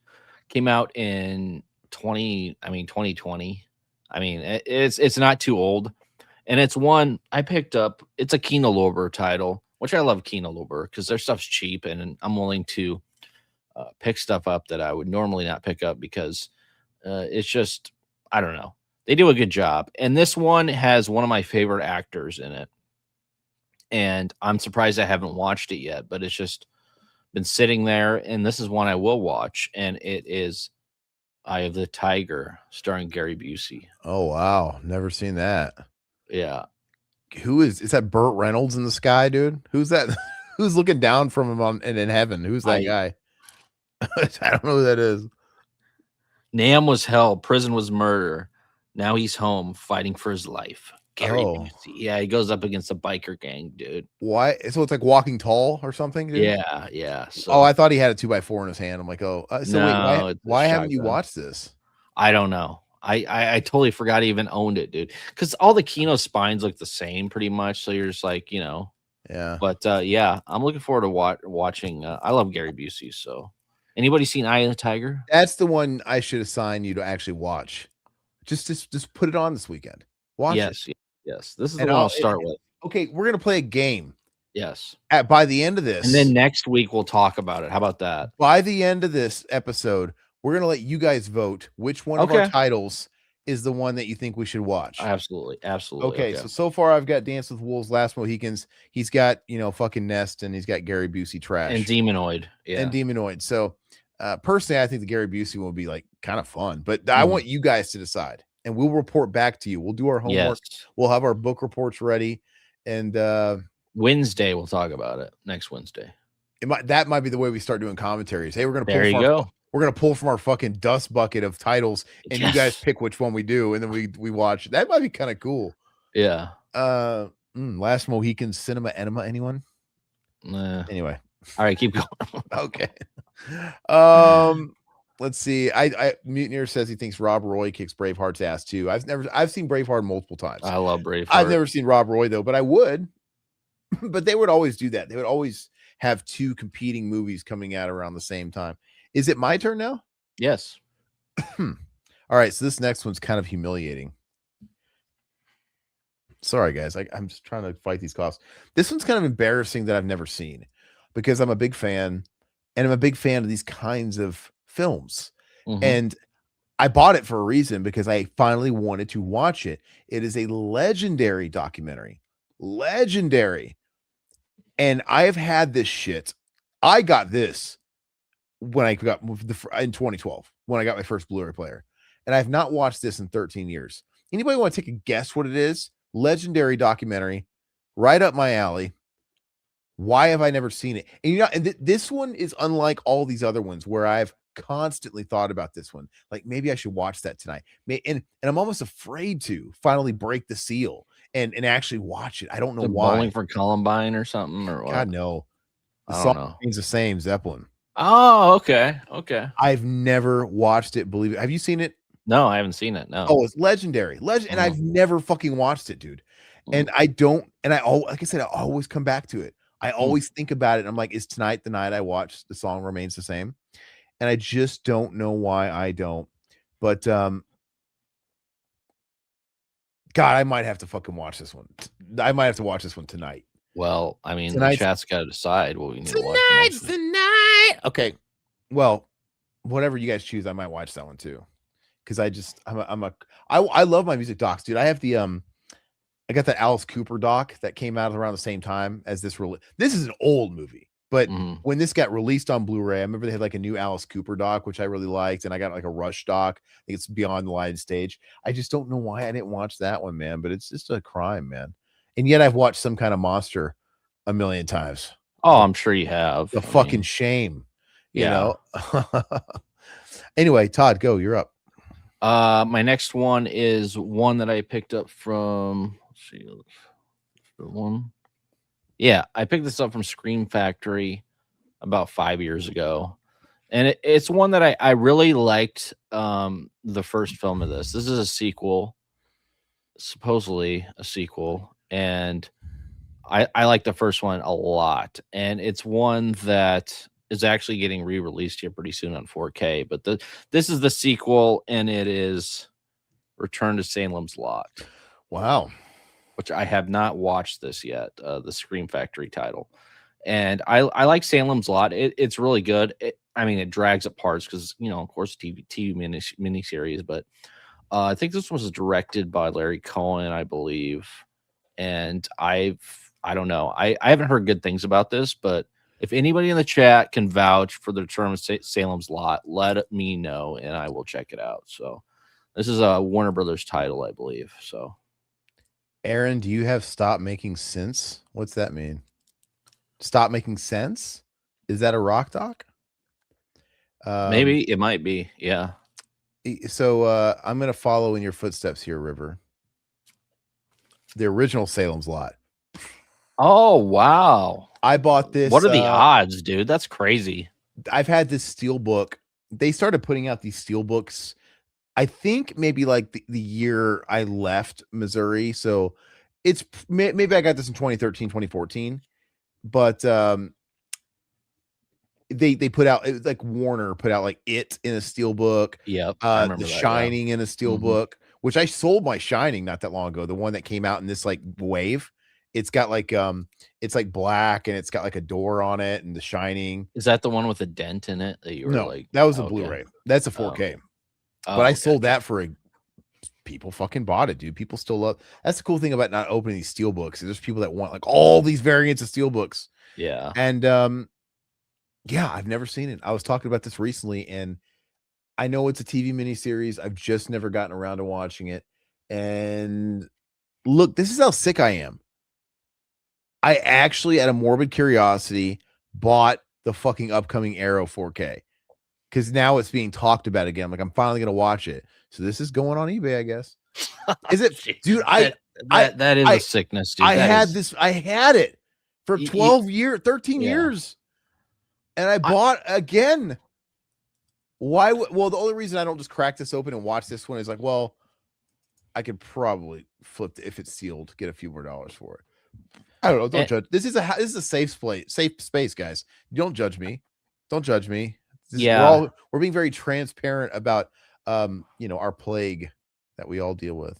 And I think, I'm trying to think. I think you'll like it. It's like I said, it is kind of, it's longer TV miniseries, but it has atmosphere to it, which makes it creepy. There's a couple really creepy moments in it that I really dig. But yeah, it's a good movie. Like I was telling you, I don't know if I'll upgrade to 4K just because I'm broke. So, but maybe if it hits the right price, like because a lot of these Arrows are actually dropping. I mean, some are hitting like $29.99. I'm like, God, that's how much that's how much I pre-ordered it for. I poured it for $29.99. Oh, really? Okay. And I'm like, well, I'll get it. Why not? Yeah. Okay. Yeah, I wouldn't have gotten it for like a crazy amount. Yeah. But it looks like people are not loving Return, man. Let's see here. Jamie Salmon Sculpture says it's not good. Wild Wrangler saying skip Return to Salem's Lot. Okay, thank you. Jamie does say the OG Lot is a classic. Yeah. And Satan's never seen Return. Mutineer saying Return is bad. Mutineer says Larry Cohen did return to Salem's Lot and it's straight up farce. Wow. Okay. See, this is the AA group for us, for our type, What would this be called? Not Alcoholics Anonymous. And we're not exactly anonymous because we're streaming to the World Wide Web. Yeah. So what would be the appropriate name? Public stupidity. I don't know. Public shrinks shrink. I don't know. It's just we're putting ourselves on blast, but I don't care, dude. I mean, whatever. The only reason I'm putting myself on blast is because I know almost everybody that most of the people that would be watching a stream like this, they're guilty of it. They have those titles on the shelves or some titles. I mean, Mutineer said he had the same title I did on the shelf, The Nest. Yeah. So yeah, anyway. I don't feel bad. My next one is actually another horror film, which I've never seen. I think it came out in like 1985, 1986 originally, but Arrow put it out, and it's a vampire film, and it is Vamp. Have you seen Vamp? No, I've heard of it, but I haven't seen it. Yes, I picked this up, interested in it. I heard it was solid. I never gotten around to watching it. It's something that, I don't know, an 80s vampire movie. I should have watched it by now, but I don't know why. I felt in the like chat? Arrow, like 10 years ago, was getting more of those like Vinegar Syndrome type titles. Like now they're hitting out. They're getting heavy hitter movies. Big movies, big studio films. And I remember when I first moved here when I first moved to Phoenix in 2015, we had Fry's Electronics. And I went there and they would run Arrow sales, and I bought a few Arrows, and I had one that I finally watched it in 2025, but I had it since 2015, so it could have made this list. But it was Dead End Drive-In. Oh, Dead End Driving. Okay. Yeah, yeah, The yeah, yeah. Australian film by the guy who directed Leprechaun 3. He Mhm. came stateside, and dude, that movie was good. I enjoyed it. I thought that was a really It's not fun a bad flick. it's not a bad film. Yeah, I I've thought seen it it was too. a fun flick. I'm like, I why so sometimes I'm pleasantly surprised, dude. Like, there's some of these I might watch and be like, "God, why the fuck was I waiting on this?" Yeah. It's like, "Geez Louise," because like, just because I think there's something in the back of my mind that happens. Um, you look at this and you're like, "Oh God," right? This is old now. Oh, it's something not attractive about it. But if I was being honest, all these releases probably have way better special features and all kinds of fucking shit in them than any like modern release would get. Sure. What Mhm. am I losing? A little bit of fidelity, and it's Blu-ray. And to be honest with you, the panties that we use, they upscale this shit pretty good. We got OLED TVs. What am I waiting for? Some Yeah, pretty yeah. package, some big, thick, chunky box on my Well shelf to say, "Come watch me. I'll make everything all better." well, the time is I mean, that's what's holding me back from a lot of shit too, but, But no, I get it. it's all about buying. It's the mistake is buying too much because you Yes, think you're yes. getting deals and you're also trying to scratch the collector's itch, and Yeah. you're overestimating how much time you really have. And maybe you have a lot of time when you pull these triggers, but maybe that next month you meet the girl of your dreams. Maybe that next month you have twins. Maybe that next month you lose your job and you have to like who knows. Yeah. So just consume what you can like just to satiate. Digest. Consume Yeah. just to satiate. And when you're hungry for more, go buy. Yeah. But is it let's see who's next, by the way. Me? Yeah. Yes. Wild Wrangler bought 10 different The Texas Chainsaw Massacre 74 DVDs, Blu-rays, 4K steelbooks. Mm. That's hilarious. That comes up with our talk with Piz. Mhm. That comes up because I've been guilty of that as well. That's one that they milked like a motherfucker. I swear there was a new anniversary every year. Oh, Oh, yeah, we're gonna absolutely. celebrate the 19th anniversary, the 21st anniversary, the Dark 40th. Sky comes out with something every Gosh, year, it dude. seems like. But I'm not gonna we talked about a few of those films on that chat, so I'm gonna wait till that goes out for Mm. everybody before we get too deep into that. Oh my goodness. Well, Satan like Vamp. People like it, dude. Where's Robert at? Did Uh, I miss Robert? Where's he at? Oh, Robert, what's up? Sorry, brother. hey, I Robert. totally missed you. He says I'm a little late, but good to see you. Good to see you too, my man. Yeah. Do you have any secret shame? Any stuff that's never left shrink wrap that's still on your shelf? We've been We just have spilling we our have guts plenty. over here. We have plenty. Let's see here. Grace Jones and Robert Russler. That's right. Is that Grace Jones and Vamp? It might be. That always looked like her. I always see that. Yeah, that looks like Grace her. Jones is in it. Yes, Yeah, yes, she yes, is yes. the title, Mhm. the fucking chick that I always see on the. Wow, People are saying it's good, so dude. yeah. She's a handsome woman. She'll fuck you good. There you go. God, dude, her Adam's apple's bigger than Todd's, dude. There you go. My favorite performer, if I ever met Grace Jones, I would have to get like an 8x10 signed of my favorite thing in her filmography, and that is the Pee-wee's Playhouse Christmas special. Mm. I love it. When she accidentally gets shipped in a large crate to the Playhouse. She was supposed to go to the White House, and like the FedEx equivalent drops her off at the Playhouse on accident. And they open it with a crowbar, and she's like, "Well, since I'm already here, would you mind if I sing a song?" And then it's like, "Sure, what are you waiting for? Christmas?" And then she starts singing The Little Drummer Boy, and it's so wild. I love it, dude. Pee-wee's Playhouse is a fucking fever dream, man. Oh, it's great. Yeah. That Christmas special's brilliant, dude. I usually watch it every holiday season. I actually gave it a break the last 2 years. It has to come out of retirement next year. I love it how he enslaves Annette, Frankie and Annette, Frankie Avalon and Annette Funicello into slave labor. Like he's making them make it the Christmas cards, and he's giving them bread and water when they're demanding it. Like this, it's awesome. Anyway, going off Robert Russell and Stephen King, sometimes they come back as a criminally underrated movie. I like that movie a lot, dude. Todd loves that movie. I love It's the good. whole greaser thing and the ghosts and everything like that. I always champion that movie, man. I like it too.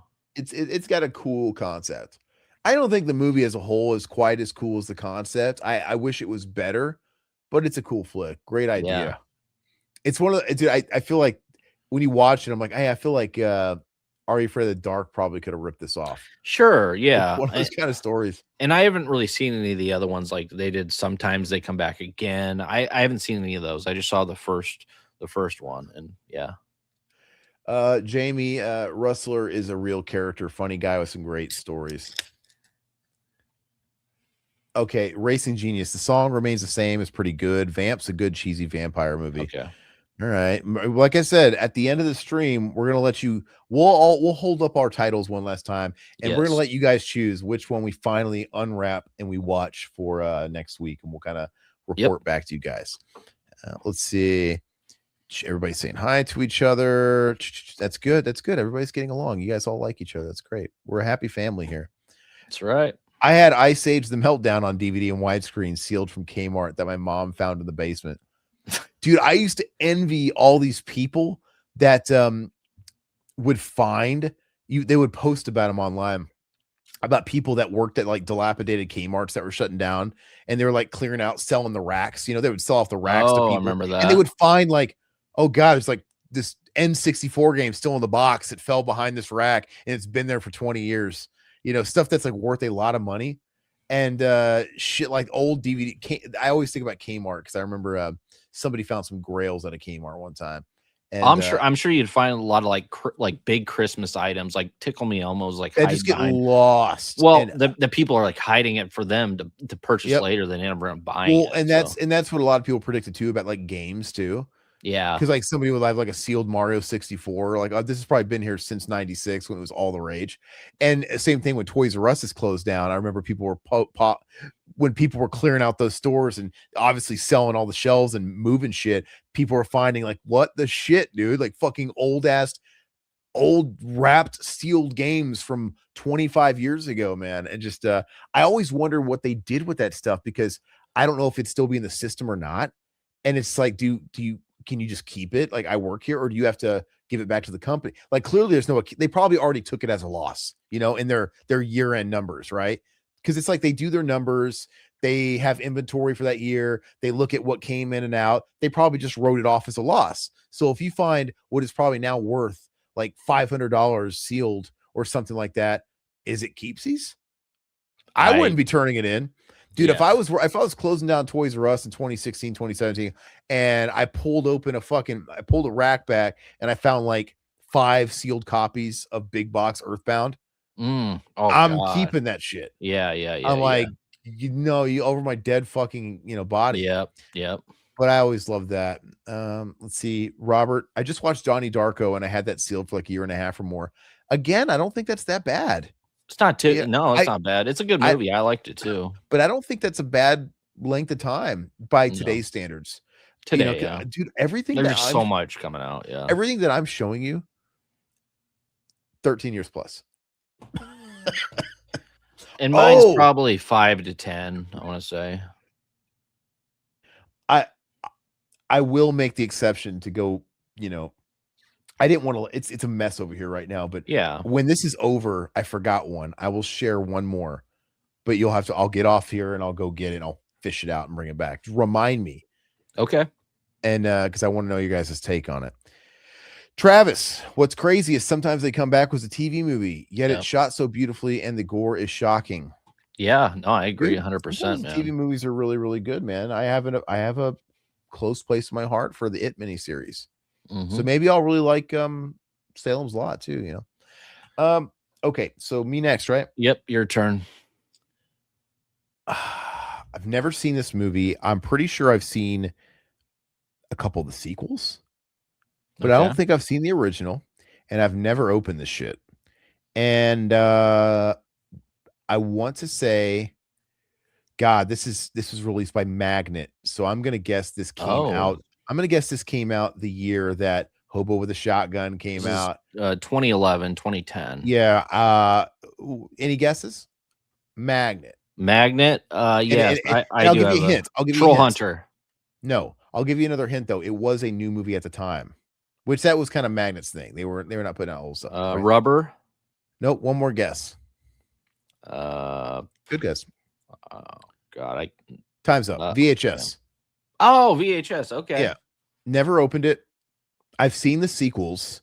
That's Never the seen. best one. I really like that I one. imagine it is, but I don't. This is probably something I got when I got Dances with Wolves or something or Mhm. Steakland, and I just never got around to it, man. And yeah, Steak No, VHS. I liked it. I think I gave it probably about a maybe a 7 out of 10. I enjoyed it. I mean, for what it was. I think there were some that were better than others, but yeah, I thought it was solid, man. Because Yeah, yeah, they came out with like 4 of them, didn't they? Or 5? yeah. Okay, Satan likes it. He likes all of them. Yeah, I'm Yeah. pretty sure I started watching them starting with the second one, Mhm. but I don't. I I forgot don't think. Magnet put that out. Yeah, Matt. What happened to Magnet? Who knows? Did they just go belly up because they're I don't not know, but around? they were hot at the time, dude. They were They were coming out with hot some for a really cool couple of movies. years, man. They were Yeah, yeah. we were in good with them. We were getting screeners and we were doing all Yeah. kinds of stuff from them, and they just kind of went bye-bye, man. It's just it's a tough business, man. Let's see. I've heard good things about VHS. Yeah, well, let me know. I'm gonna let you guys pick one at the end of this that I will prioritize this weekend. It is a holiday weekend. Happy MLK Day, everybody that Yep. gets to celebrate, and hopefully you guys get like a day off work, man. I'm lucky to get that. But all right, Todd, what's your next one? Uh I'm trying to figure out when this okay. I don't know when it came out, but this one is a Scream Factory title, another MGM one. And I'm you probably seen this, but I mean the cover alone sold me and people are saying it was solid, but I just never got around to it and it's The Resurrected. Oh, I have that. I've seen that. How is it? How is it? I bought that on one of the shout sales a few years ago, and I Okay. watched it within the year, I think. So it didn't sit for everybody. It's I'm a Chris Sarandon fan. Yeah, yeah, yeah. He's charming as hell. I'll watch anything with him. It's a good movie. It's a solid movie. Okay. I you know what? I can look it up right now. I can tell you what I gave it. I want to say off the top of the way I remember it now that I probably gave it a 6, maybe a 7. Hold please, because I want to actually see. Okay. So In the chat, I mean, what do you guys have you guys seen Resurrected? I don't even remember purchasing it, but I do own it. So yeah, it's a Dan O'Bannon flick. I gave it a 6 out of 10. So it's a okay, solid flick. You know, okay, I lean to liking it. It's not amazing, it's not great, but it's got this. It's 1991. There's something about that fucking time, like yeah, 90, 91, 92. I have a bias, dude. I love the way films were. It reminds me of my childhood. I liked the coloring that was popular at the time. I like the cameras that were popular at the time. Everything just had a certain look to it, man. But so yeah, it's about a scientist that's trying to beat yep, death, pretty yep, much. Looks like yeah. It's very much like a very much. Reanimator Is type it of. H.P. Lovecraft actually too? It might have. Maybe not, but it's very H.P. Lovecraftian, right? It's very Lovecraftian, Okay, but it's a solid flick. Yeah, it's worth the watch. okay. All right, so anybody else seen? Let's see. Satan's never seen it. Jamie's saying VHS 2 with the Indonesian demon story was crazy. Mm. I know I've seen the sequels. I just don't remember them, man. But maybe I need to go back to those too. Racing, never heard of The Resurrected. Anything with Chris Sarandon has to be good. Yeah, he's just one of those guys, man. I think he's a good actor and he works as a leading man for me, man. I think there's certain guys that could make very average films very watchable. And dude, I would watch James Woods in anything. He's done very kind of like stock films Oh yeah, too, James Woods. Yeah, but he just even absolutely. though he's always James Woods, and he Hmm. just elevates everything. He elevates all the dialogue he's given. He's just yeah. And Chris Sarandon, I think, is one of those guys, and I don't think he really ever got his due. And what's the most like prestiged movie he was ever part of Dog Day Afternoon? Probably Pacino. Brandon. Yeah. Yeah. I'm sure. You know, he played Pacino's he was robbing the bank so he can get his lover, Chris Sarandon, a sex change. Yeah, That's it. which I thought that was a good movie. I like Dog Day Afternoon. It's a good movie. It's a good Yeah, hostage movie. It's really yeah. good. And it's actually quite a twist.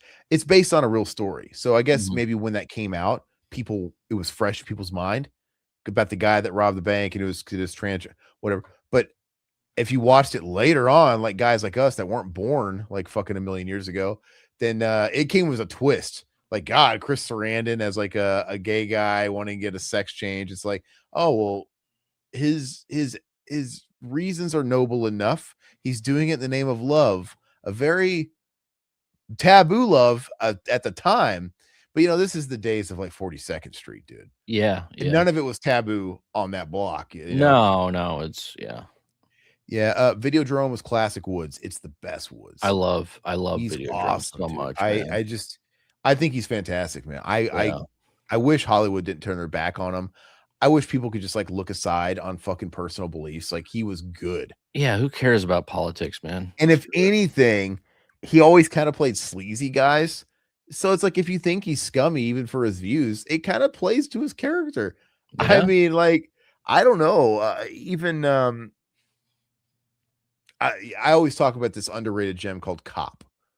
It's Oh, not Cop. those. Yeah, I saw Cop. I enjoyed it, man. I mean, is it an amazing movie? No. Is it flawed? Yeah, but it's a solid 7 out of 10, and I love it because he is our hero, and he's kind of a dirtbag.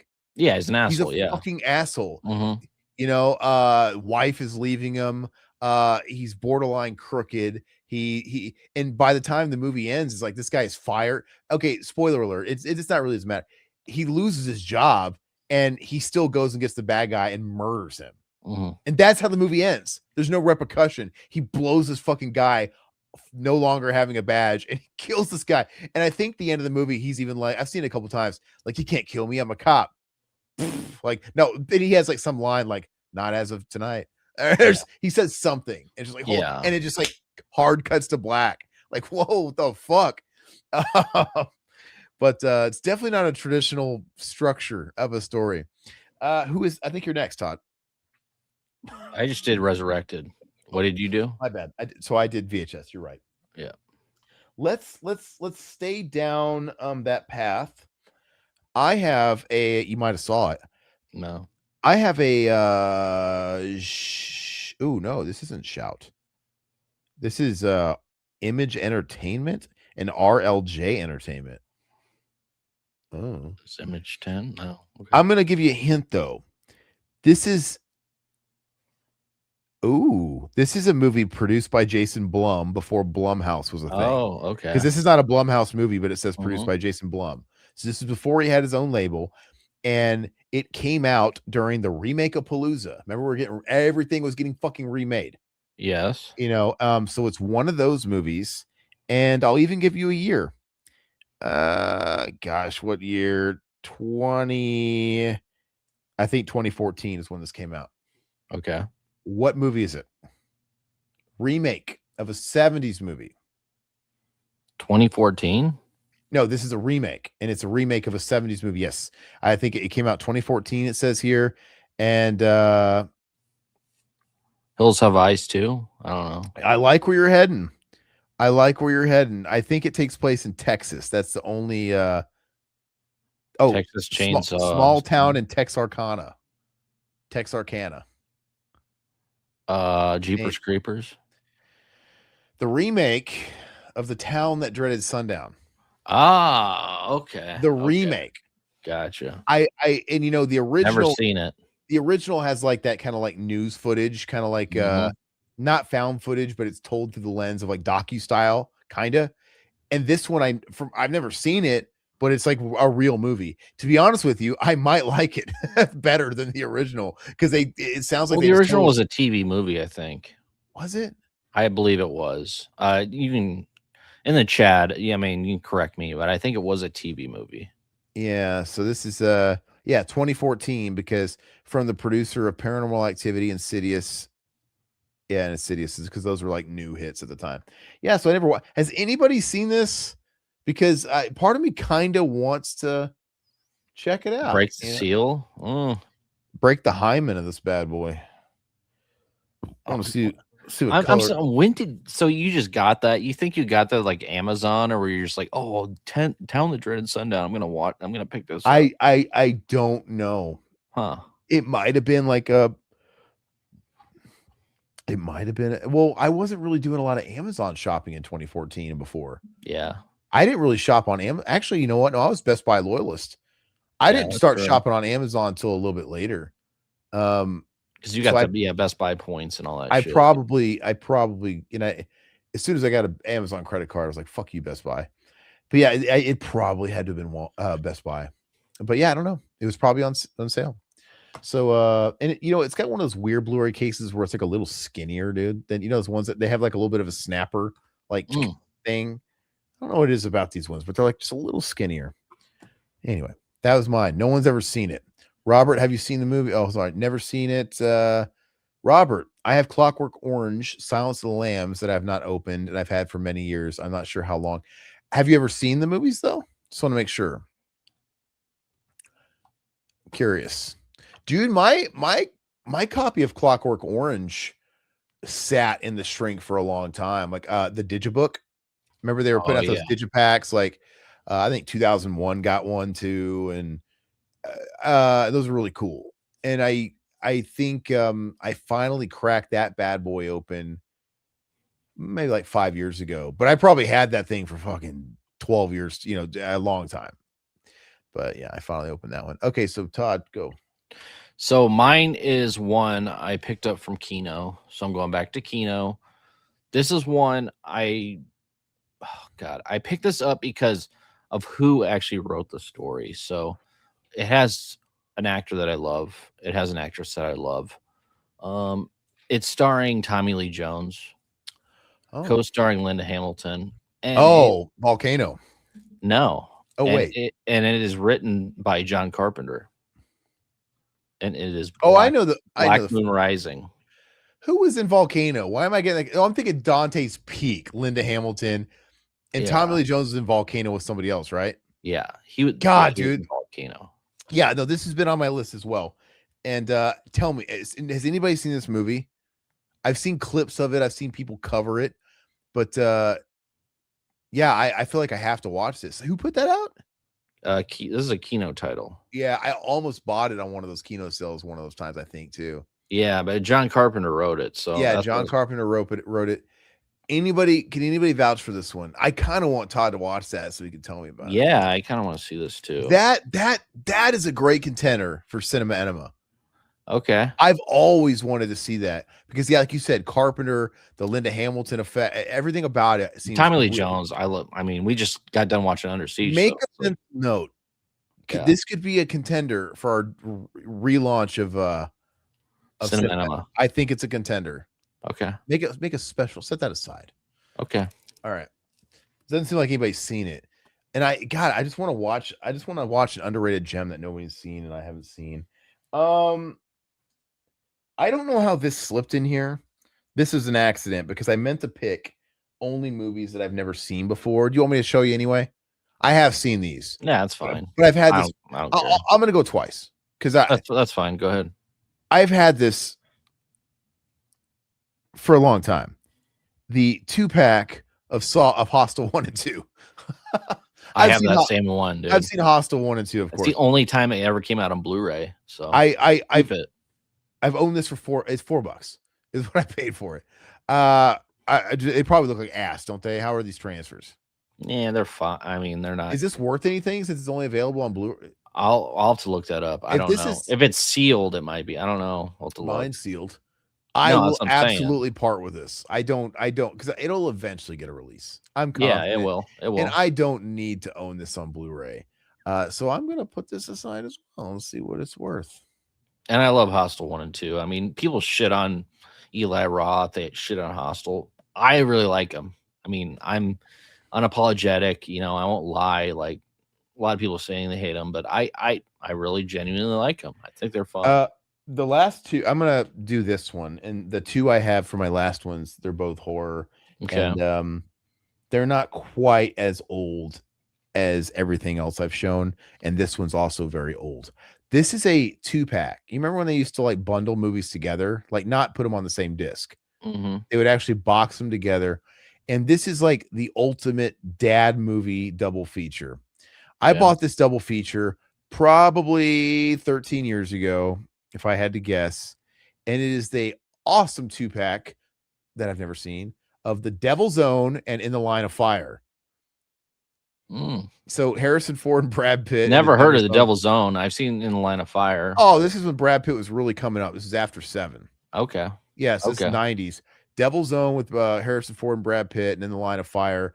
You know, totally looks like a fucking Jack Ryan movie. It looks like political espionage. I mean, you see John Malkovich down there, and you see Rene Russo. Nothing says sex appeal like Rene Russo. Oh yeah. But yeah, it's one of these ones where they just packaged two movies together, dude. Stacked them. Oh wow. Okay. Yeah, like I don't know how often this was, but it's like stacked in one box. It's kind of cool. I Yeah. never opened it.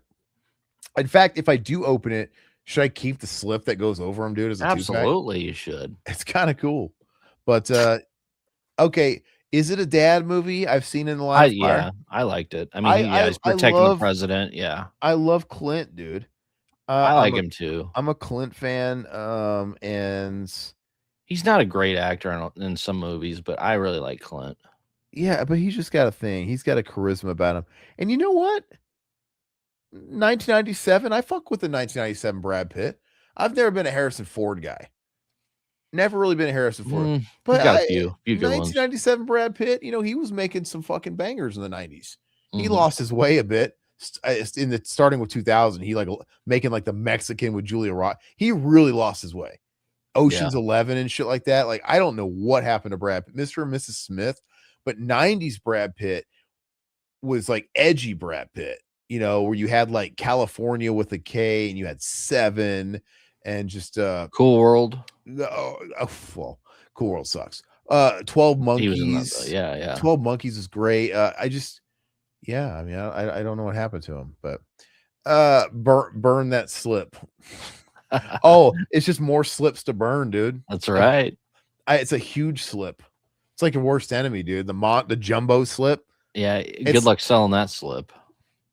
It's like when I used to watch Child's Play when I was a kid, and I used to have nightmares about the big Chucky. You guys remember the big Chucky in the commercial? The good guy doll, and it's the guy in the giant, like the Chuck E. Cheese, like Chucky costume. I'm gonna be haunted by the big slip, dude. It's gonna be fucking chasing me down the street in my dreams.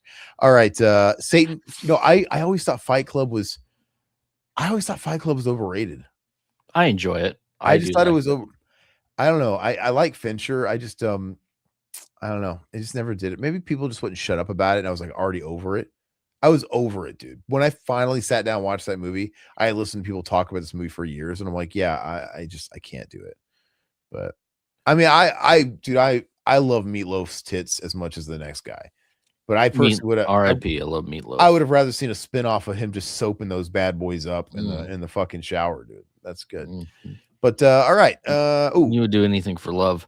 What's up, Vincente Guerrero? Hostel 2 was underrated. I love the ending. The only thing I really, really vividly remember about Hostel 2, besides the overall plot that they reversed the angles, where it's like, you know, we were watching it through the perspectives of the people buying into the game. Yeah. Is the scene with the virgin blood, you know, slits her wrist and the chick bathes in her blood or whatever. I thought that was so disgusting. I thought that's like, this is absolutely the fact that these movies are doing gangbusters in the theater, because that shit was brutal. Were they playing soccer with the severed head? Was that the second one or the first one? I think it's the second one, the kid gang. Yeah. It's just, isn't it wild that we had a time there where those were number one in the box office? That's awesome. Yeah. Because like you could, dude, take the grimiest movies that you know from the underground, and I don't care if it's like a big studio movie or not, like that scene I'm talking about where she slits her throat and she's bathing in her, it was brutal. Like, it was, man. Like, this is shit that was like in snuff films. So interesting. Good movie. His name was Robert Paulson. That's right. From Fight Club. Right. Meatloaf. All right, Todd, if you please. So I might get some shit for not, for this one. I've never seen it. I've had it for a while, and Aaron, I mean, of course, he's seen it, and it kind of ties into my last one with the whole John Carpenter thing, and that is Starman. Oh yeah, I still haven't seen Starman. I didn't watch Starman until, gosh, I mean, I think I finally watched it 2, maybe 3 years ago. A couple. I was in this house a couple years ago, and I bought it off a Screen Factory sale. Probably within like the year or two of me watching it, and I was pleasantly surprised. I thought it was really good. It is a it's kind of like an answer to maybe like a Close Encounters type of Okay. movie. But it's just better than those. I've always liked Starman, and it's a wholesome flick. It is besides Elvis, it is I think one of the first Carpenter for Hire movies because he was Oh, it was. Okay. it's like a Carpenter for Hire movie. Yeah, I mean Gotcha. I did. What year did this come out? Was it after The Thing or before The Thing? Oh god. What year? 84. Oh, after The Thing. I Okay, think it so says 84. Yeah, I 84. after The Thing. So he was like he took a swing at Mhm. like a mainstream movie because it's a mainstream movie, but Oh, yeah. it's about he comes from space and whatever, and Karen Allen's in it. Karen Allen was in so much stuff in the 80s, She was, man. She was everywhere. and it's a good flick. But what's funny is even though it's a wholesome flick, I want to say it's got to be PG. It is PG. Yeah. There is one scene in it where it's like, oh god, this is a John Carpenter movie. Basically, when he comes to the planet, he's an alien and he Mhm. starts metamorphosing. He like grows up. He like metamorphs into a baby and grows into the grown man right before our eyes. And you get like a whole transformation sequence that's like Rick Baker shit. And it's like it's kind of Mm, horrifying. that's cool. It's horrifying. It's like this is in a PG movie. But he's obviously good, but I like it. I think it's a really good movie. Okay, so I should open it then. Oh god, yeah, I think it's Okay. dare I say I think it might be an 8 out of 10 even. Wow. It's Okay. a good I'm flick. watching It's it. a Okay. good wholesome flick. Okay. And it's something you can watch for your kids for sure. Okay. Let's see. Hold on. There's a Starman glazing in the sky. Wild Wrangler's never seen the Starman either. Mm, Watch it, dude. I was really I always knew Starman from Ghostbusters 2 because that's mm. what Peter Venkman referenced it on his game show. He was like, he goes, he was talking about aliens and you can't trust them. He's like, every now and again you meet a good one, Starman, ET, but usually they just turn out to be some kind of big lizard. And I was like, Starman? Who's Starman? I've been hearing Starman since like I was like 3 years old, dude. But I always knew he's good because of Peter Venkman. Mutineer, sorry, your Chucky thing just reminded me of that. Let me see. When I was a kid, I had a dream Chucky stabbed me from under my bed to the mattress. I've had the same dream, brother. Oh, I've had the same dream. When I woke up, I was arching my back up off the bed trying to get away from the knife. Dude, I've had the same dream. mm, No shit. I used to because Chucky was so small, I used to always dream he was under my bed. Because it's like, of course, that's the scariest place for a monster to be. When you're a kid, you're vulnerable. He's right under your bed. You don't want to get off the bed because he's going to grab your ankles or whatever. And Chucky was so small. And yeah, I remember I didn't want to get off my bed, dude. And I had dreams. He was stabbing through the mattress. And then I had to jolt out of bed. And then I had to run away. I remember I ran out of guys, this is like in 19 fucking 90. I was probably living in a broke down trailer, dude, called Green Acres in mhm. Memphis, Tennessee. And I remember running through the trailer park. And the thing is, I'd look back and I never saw Chucky, but I knew he was on my tail. I could feel his presence. And all I knew was to keep running, and keep running. And then for some reason, I found my mom's car at the time, which was like some fucking beat up old fucking Lincoln. I don't know, it's really old. Yeah. And I jumped in the back. I don't know why it was parked miles away from where we lived, but I jumped in the back seat to hide. And I'm like, okay, he's not going to find me. But then it had one of those old gear shifts that was like on the side of the wheel. Oh, yeah, It absolutely. started moving by itself, and the car started driving off without me. Like, no! And the windows rolled up. Like, So it was like no! Christine and Chucky It at the was all same these time. movies at Yeah, once, dude. And I yeah, was like, yeah. no! And that's where the dream ended naturally, where the movie would have ended. Where I'm like Mm, screaming, no! Missing the death blow. Yeah. So I've had those dreams, dude. Mute, I kind of had a dream about Tiffany, and she was in a good mood when she saw a nice guy like me. Even if I'm short guy, she was cool about it. She's a spinner, dude. Tiffany. nice. There you go. Yeah. Oh my Have a gosh. fun night there, Rays. One of my favorite quotes, and I say it to my brothers all the time, dude, is from Bride of Chucky. Nobody makes Swedish meatballs like you, babe. I love it. I love the way he says it, dude. He like gives a kiss, like a little side kiss. Nobody makes Swedish meatballs like you, babe. I tell it to my wife, dude, even though she doesn't cook at all. I do all the cooking. Uh, But when I cook for her, I tell her that. oh, But anyway, funny. So is it me? yeah. All Couple right. more for me. So, I got two more as well. These ones, this I haven't had that long. but I got it the year it came out. And I want to say this film, let me see. What year did this come out? This came out, oh, okay. Well, I've had it longer than I thought. I've had this film since 2016. Okay. This is these next two films, my last two, I actually got while I lived in Arizona. So this one's only 10 years old. That's isn't that That's sad? nothing. Oh God, Yeah. I'm telling you, if I just wanted to break my neck going in that closet, I'm gonna That's blow, gonna be the last one. The one I'm you gonna grabbed. blow dust off some DVDs, dude. Okay. But anyway, I've never watched it. I don't know why I bought it. I think it was a Black Friday thing. It had to have been a Best Buy Black Friday thing, and I'm like, why not? It was $3. Blair Witch, that sequel they put out like 10 years Oh, ago. okay. You know, I didn't watch this, I and don't remember that film and at I all. also didn't want to watch Ring on a Plane, dude. Yeah, But Rings. yeah, dude, I've never seen this shit, dude. Hmm. Any good? I don't know, chat. Should he crack that open? Is it something we need to talk about? There's no way. I mean, is it any worse than Book of Shadows, dude? Satan said it's dookie. So I bet. I just know it's gonna be ass, dude. yeah. You know, I think I bought it. I think I remember like this year I bought was it 2016? They also had Deep Blue Sea 2. Yep. And then I think I bought that. That's somewhere in there. It was probably up there, dude. I have Deep Blue Sea 2 shrink wraps. I'm like, why did I buy this? You know, they were giving away Moonlight, dude, for fucking like $3. Oh wow, Racing Genius he says actually it's just Blair Witch. I've heard mixed reviews about the remake. Yeah, it's Blair Witch. They just call this one Blair Witch.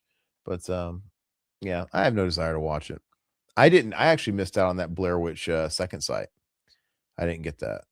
I didn't get it because it was Blu-ray and I just want it and I know it was region locked, right? Because it wasn't Was it? It was a blue release. Yeah, but a lot of those aren't even region locked. Was yours region locked? I don't remember. I'll have to. Yeah. Yeah. Anyway. I mean, I have a region free player and I have a 4K player, so I don't know. I don't remember. Well, okay, Honestly. so go ahead and knock one out. So you got one more, I'll go, and then you'll do the last one.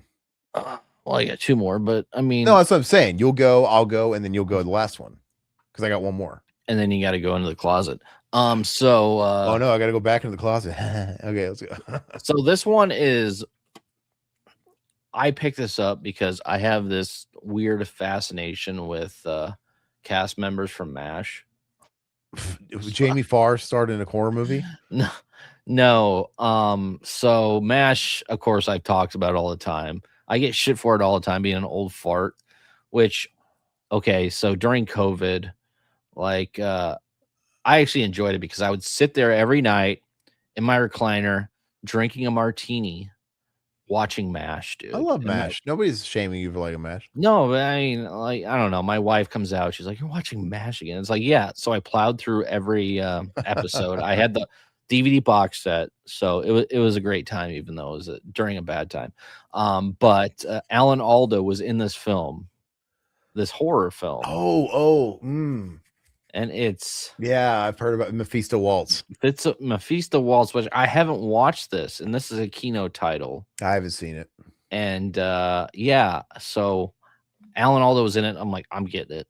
I still haven't watched it yet. So, dude, I love MASH so much too, and I grew up with MASH. I remember Alan Alda was doing like a PBS or Discovery Channel type show where it was like a science.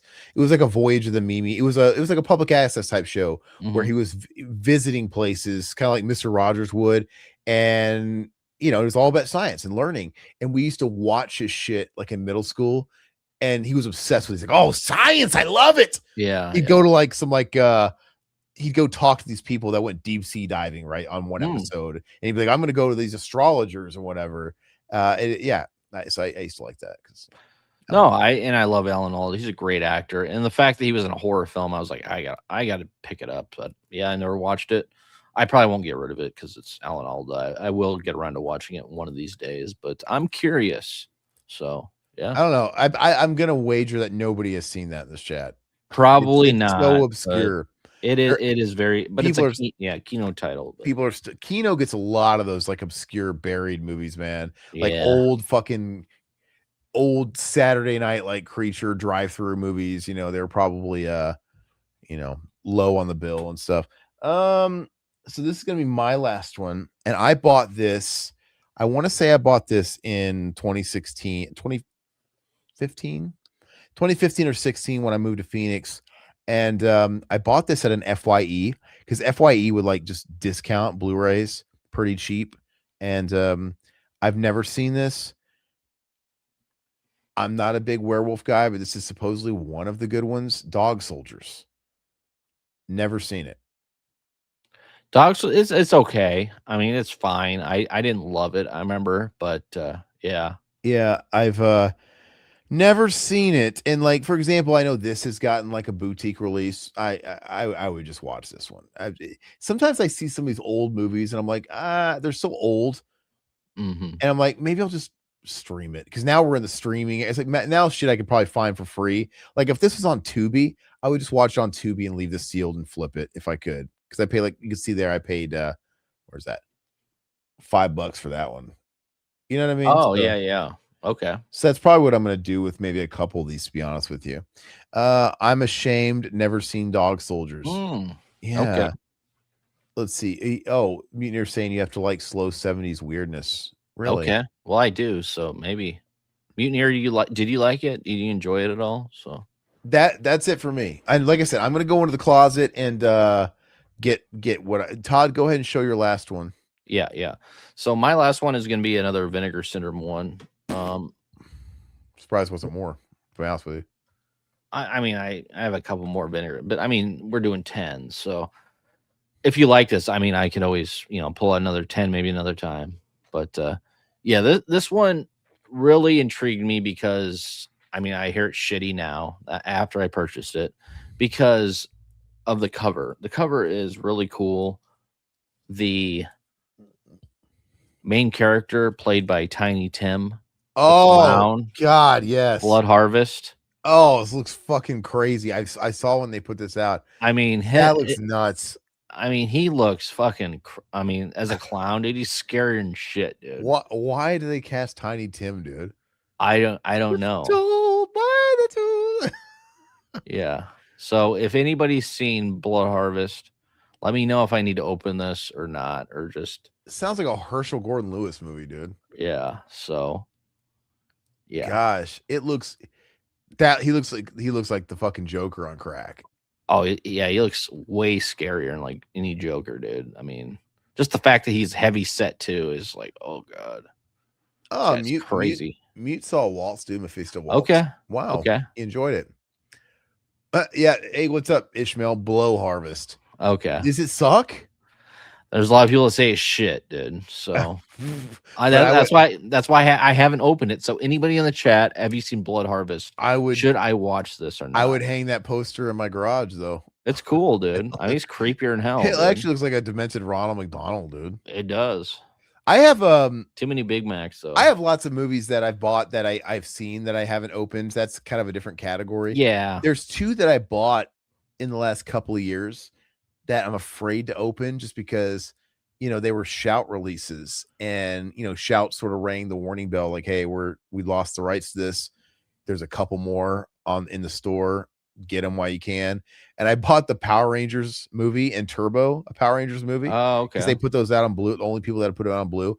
And I know I'm afraid to open them, dude, because I bet you they're gonna skyrocket. Mm-hmm. And but I actually kind of want to watch the first Power Rangers. I go back to it every now and again, but I could watch it I could literally watch it on YouTube, I think. So it's like I'm not gonna I'm sure. And but somebody's gotta scoop up the rights that there's no way that's gonna go left untouched. Someone's gonna put out surely a 4K of the Power, maybe not the second one. I would think they would. And that movie's not good, but it is way too nostalgic for me to not own. And I'm sorry if they get, I don't know who would put out a 4K of that, but can you imagine a boutique put that out? But if anybody put out a decent it could be a studio. I don't give a shit. Yeah, I would buy it. It's way too nostalgic. I wouldn't buy the second one. I would have never, but the fact that it was going out of print, I'm like, oh fuck, I'll regret it because maybe I can flip that one. But yeah, something about that second movie. So I'm gonna go off camera for a second so I can go fish this last go ahead, one out. man. I want to show you guys. Go ahead, Todd. Entertain the family. Yeah, so I don't know, not really a whole lot of love for Oh, Mutineer, Blood Harvest. I have it in the shrink. I'm afraid to find out how bad it is. Man, we must have a lot of the same Vinegar Syndrome titles. Because I have a lot of Vinegar Syndrome stuff. Like some of the stuff I like, half of it, well, less than half of it, I do enjoy it, and then the other half, I end up selling it off. I'm just like, no, I won't see myself going back to this. It's like I'd rather have the money or the space. I mean, space is one thing, and then having too many titles, I'm kind of thinning out a lot of my 4Ks and DVDs, Blu-rays and stuff, and kind of having like my own core stack of stuff that I know I'm gonna watch. It's like I just don't have a ton of time, which I love. I'd love it if I had the time to watch films. I mean, I got kids, I got the wife, I got work stuff. It's just like I want to go back to films. I want to sit and enjoy their special features, that sort of thing. So a lot of the Vinegar Syndrome titles I'm not really into anymore. There was a time where I was intrigued by some of these, but I've gotten burned so many times with a lot of these low budget shitty slashers that I'm like, it was fine to watch them, but do I need to own them? Probably not. So, and thank God for like Tubi and everything, because a lot of the stuff is on Tubi. Tubi's picking up a lot of Vinegar Syndrome stuff, so I can go down that road. And if it's something that I really feel like I need to own, then I can go pick it up. But well, unless it goes out of print, but that whatever. So yeah. Oh. Yeah, Mutineer still has it in the shrink too, dude. Blood Harvest. Oh, okay. I'm afraid to Yeah. find out how bad it is. Yeah. Yeah, I've had those movies I'm afraid to watch. Yeah. I just yeah. Disney owns both Power Rangers movies. Yeah, because they Okay. were Fox properties, Gotcha. but I'm guess the rights just I don't know how it works. If Shout leased it and it lasts so long and they don't renew, I don't know how it works. But yeah, it probably reverted back to Fox/Disney 20th Century or whatever. And but the fact that are they going to do anything with it? Mhm. I don't know. So I'm going to give it I'm not going to open those. I'm going to give it a couple of years. Cuz I feel like Okay. if they're going to release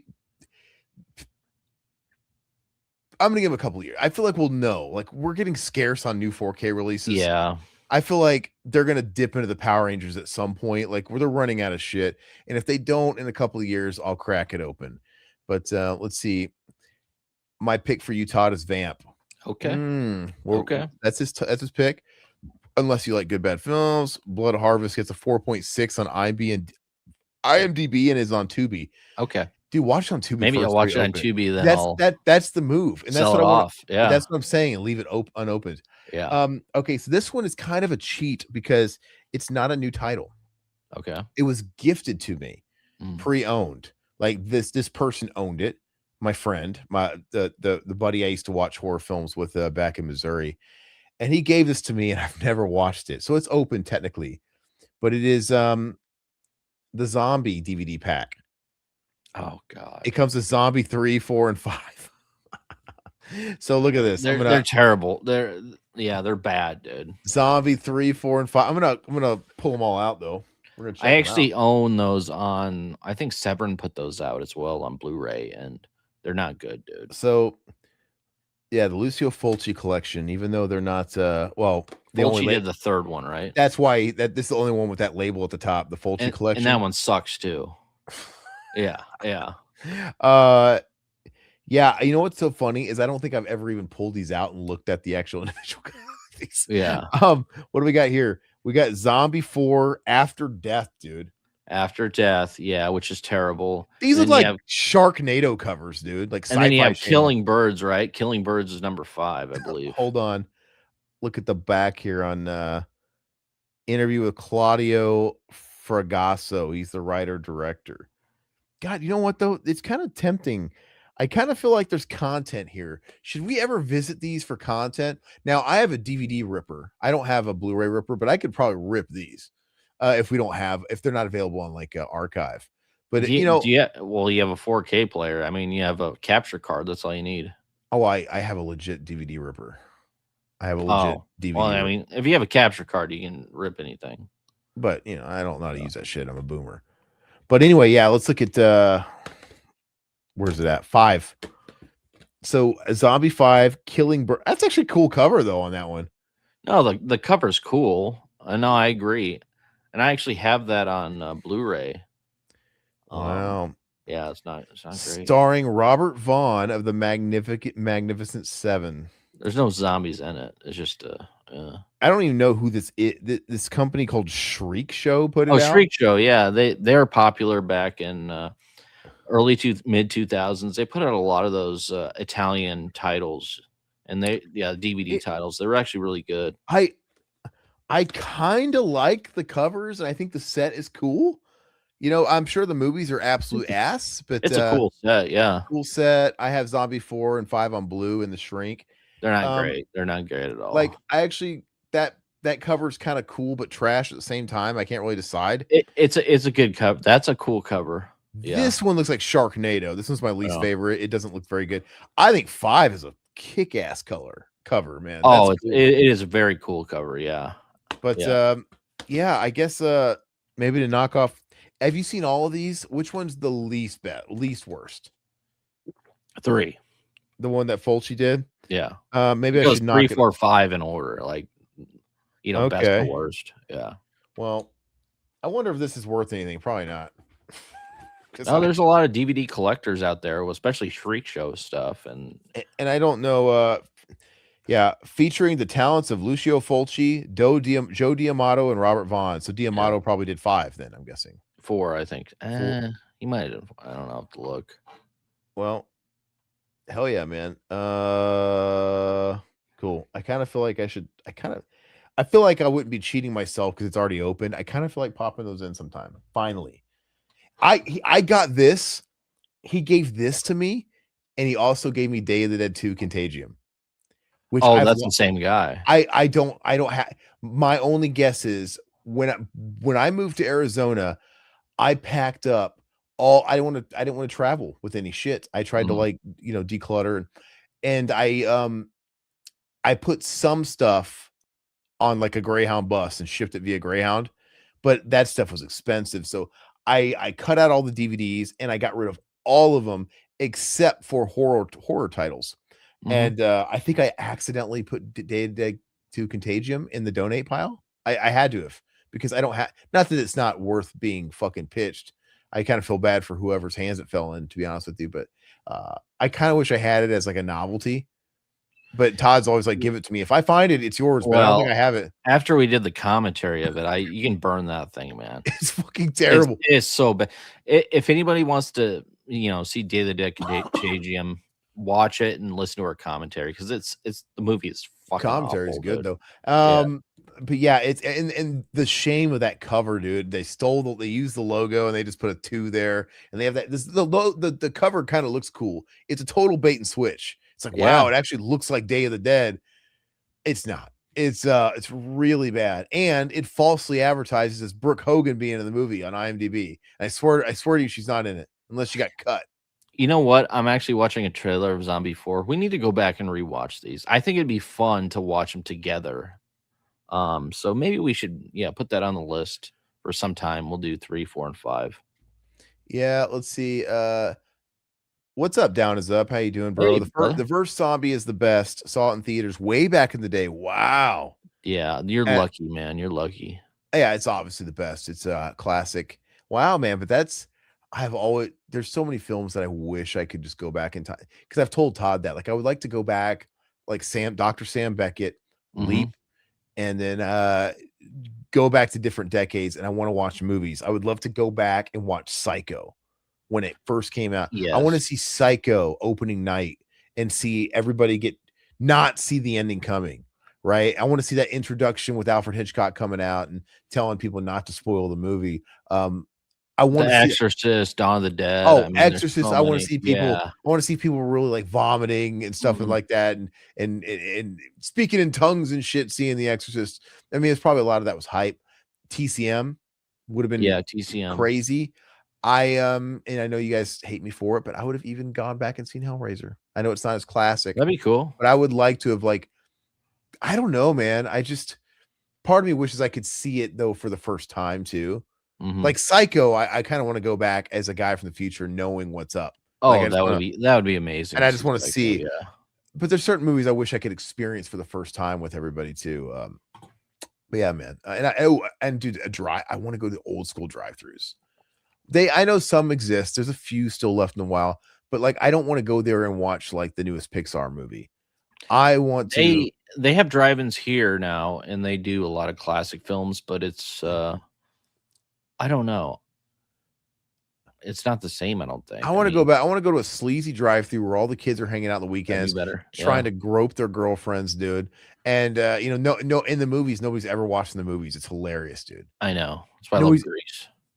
No one's ever watching the movies. No. It's great. They're all just trying to get laid, lucky. man. It's so funny, dude. Let's see.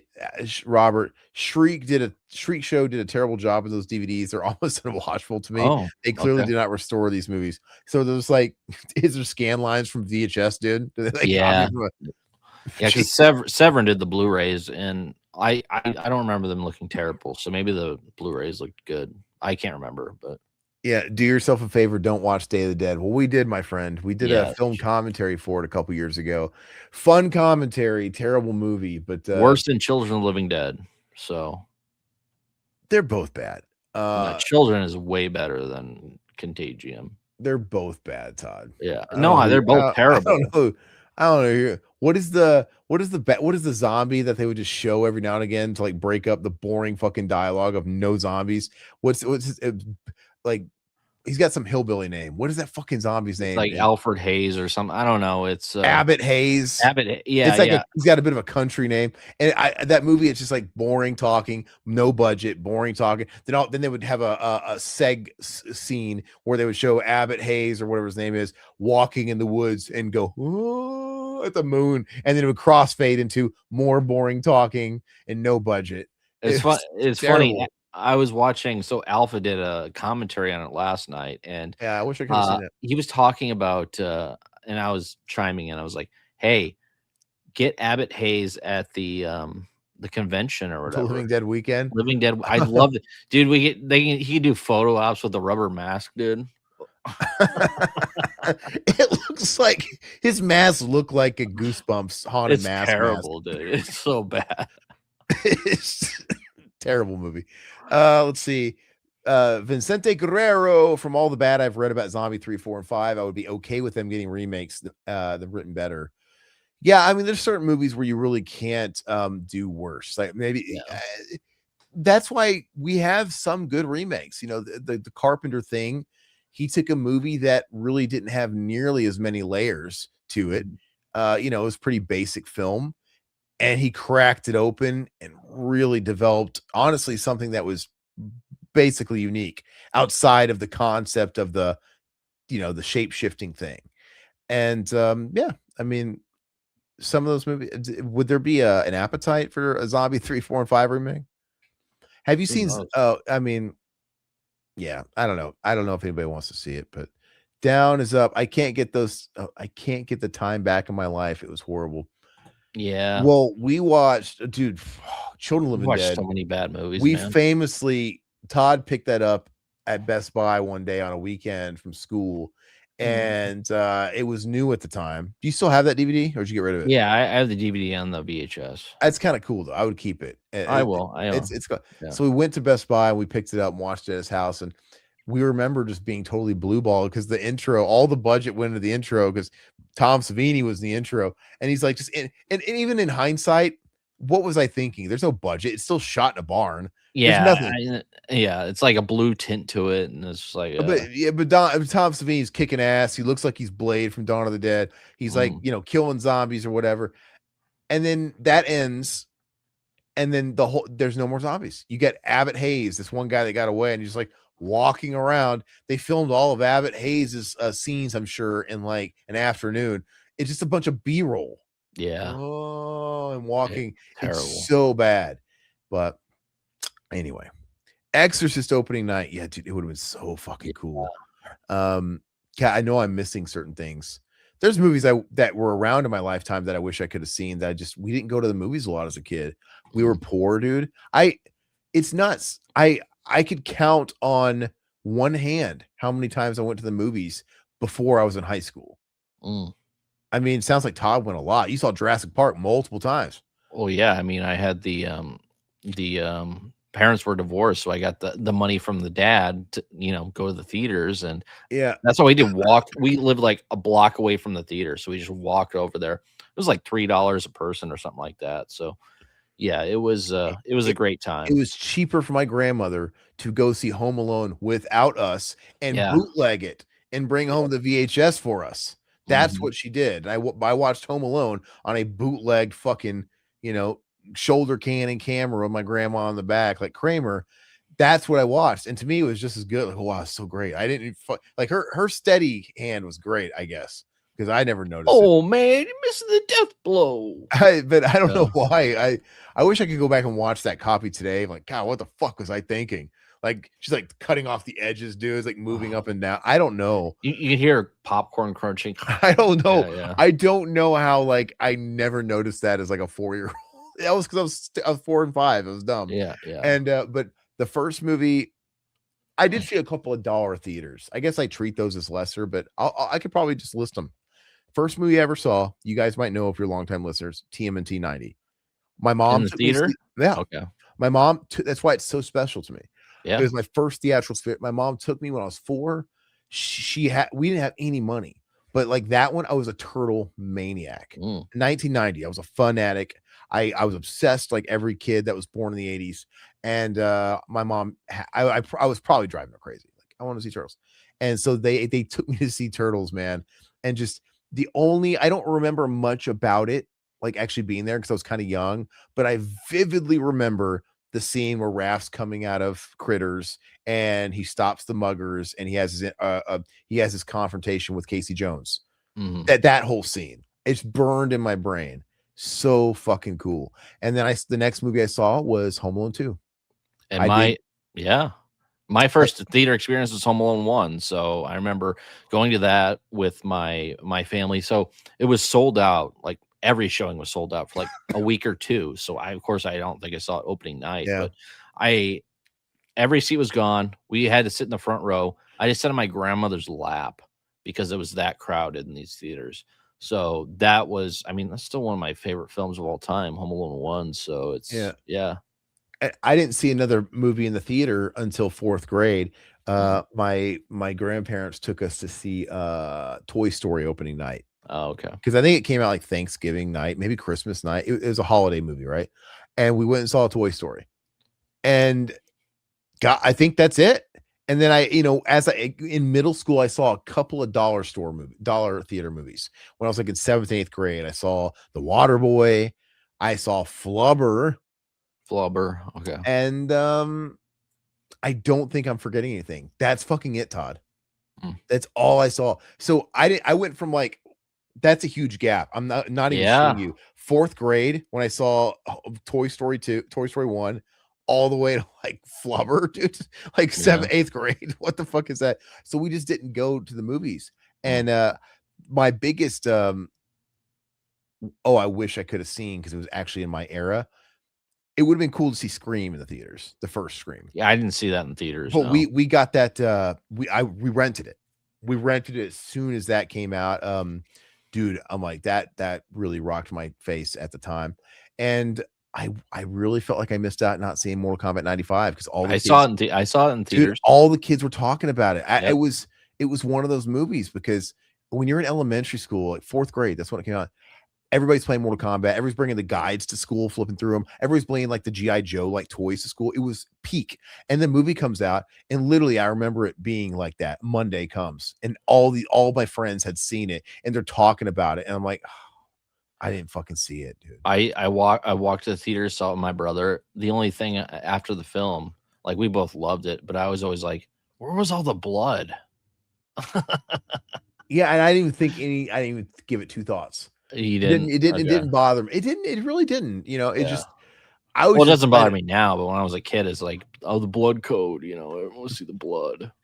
I think the blood would make it cheesy because the thing is the game is stupid. It's silly. It's so over the top. It's not realistic. So if you add that, if you really want to make it faithful, it becomes silly like those new movies where it's like the gore is just over the top. Yeah, It becomes like a cartoon. I like how they did it in '95. No, I do too. I think it was great. Yeah, so that's my white whale. Like, god dang, because I was, believe me, there's other films I would choose over that, but that was actually during my era and I missed out on. And I remember my fucking uncle was bragging about it. He's like, yeah, I went and saw it. Like, come take me. Like, no one wants to come and pick up the fucking forgotten bastard kids. Nobody gave a shit about us, dude. Nobody gave a shit. Nobody gave a shit. We were shoved in a fucking basement, dude, to fucking rub corn toes and feet in lotion, and I hate it. Well, at least you got to see the sequel in the theaters, though, right? Oh, I did. Oh, that's right. It's funny how I blanked that one out. Yeah. Yes, I saw that in 1997. Shit. See, I just wiped that from my memory. Yeah. Yes, we heard that story many times. Yes, there's that. Holy shit. Let me catch up on these comments. Yeah, let's catch them up. Something I just now remembered: prison yard scenes in 90 shows and movies hit in a certain way. Oh hell yeah, dude. Hey, let's up the ante, dude. Women in prison movies. Yeah, those are great. Chained Heat, dude. Yeah. Let's see here. Yeah, Exorcist opening night. Down is up. I saw Dawn in the theaters when it first came out. Ooh, awesome, honestly, man. It took me a couple of times after Miguel bites his wife. I freaked out. I had to go back a second time. Wow. Oh man, that's wait. Awesome. Did you have to leave? You mean like you couldn't take it and you left and you had to watch it a second time? Or the fact that he was just so blown away. He's like, I gotta watch this again. My gosh. Yeah. It said it took him a couple of times though. That's nuts. Yeah, seeing Dawn would have been pretty crazy. That opening to the fucking Puerto Rican apartment complex. Oh, it's awesome. That raid scene is chef's kiss, dude. I was so mad that I didn't get to see that. So that came out.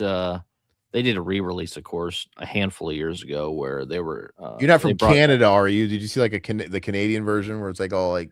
No.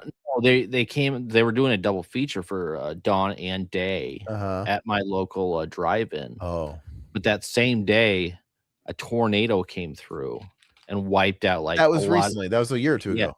That was like 2 or 3 years ago, and it wiped out like a bunch of like trees and like. I mean, I don't think it destroyed the theater itself, but to get to the theater, yeah. So they canceled it, and I pretty much, I didn't get to see it. Dumb question: are they going to be screening Dawn of the Dead at Living Dead Weekend? Probably not, because Rubenstein won't let him.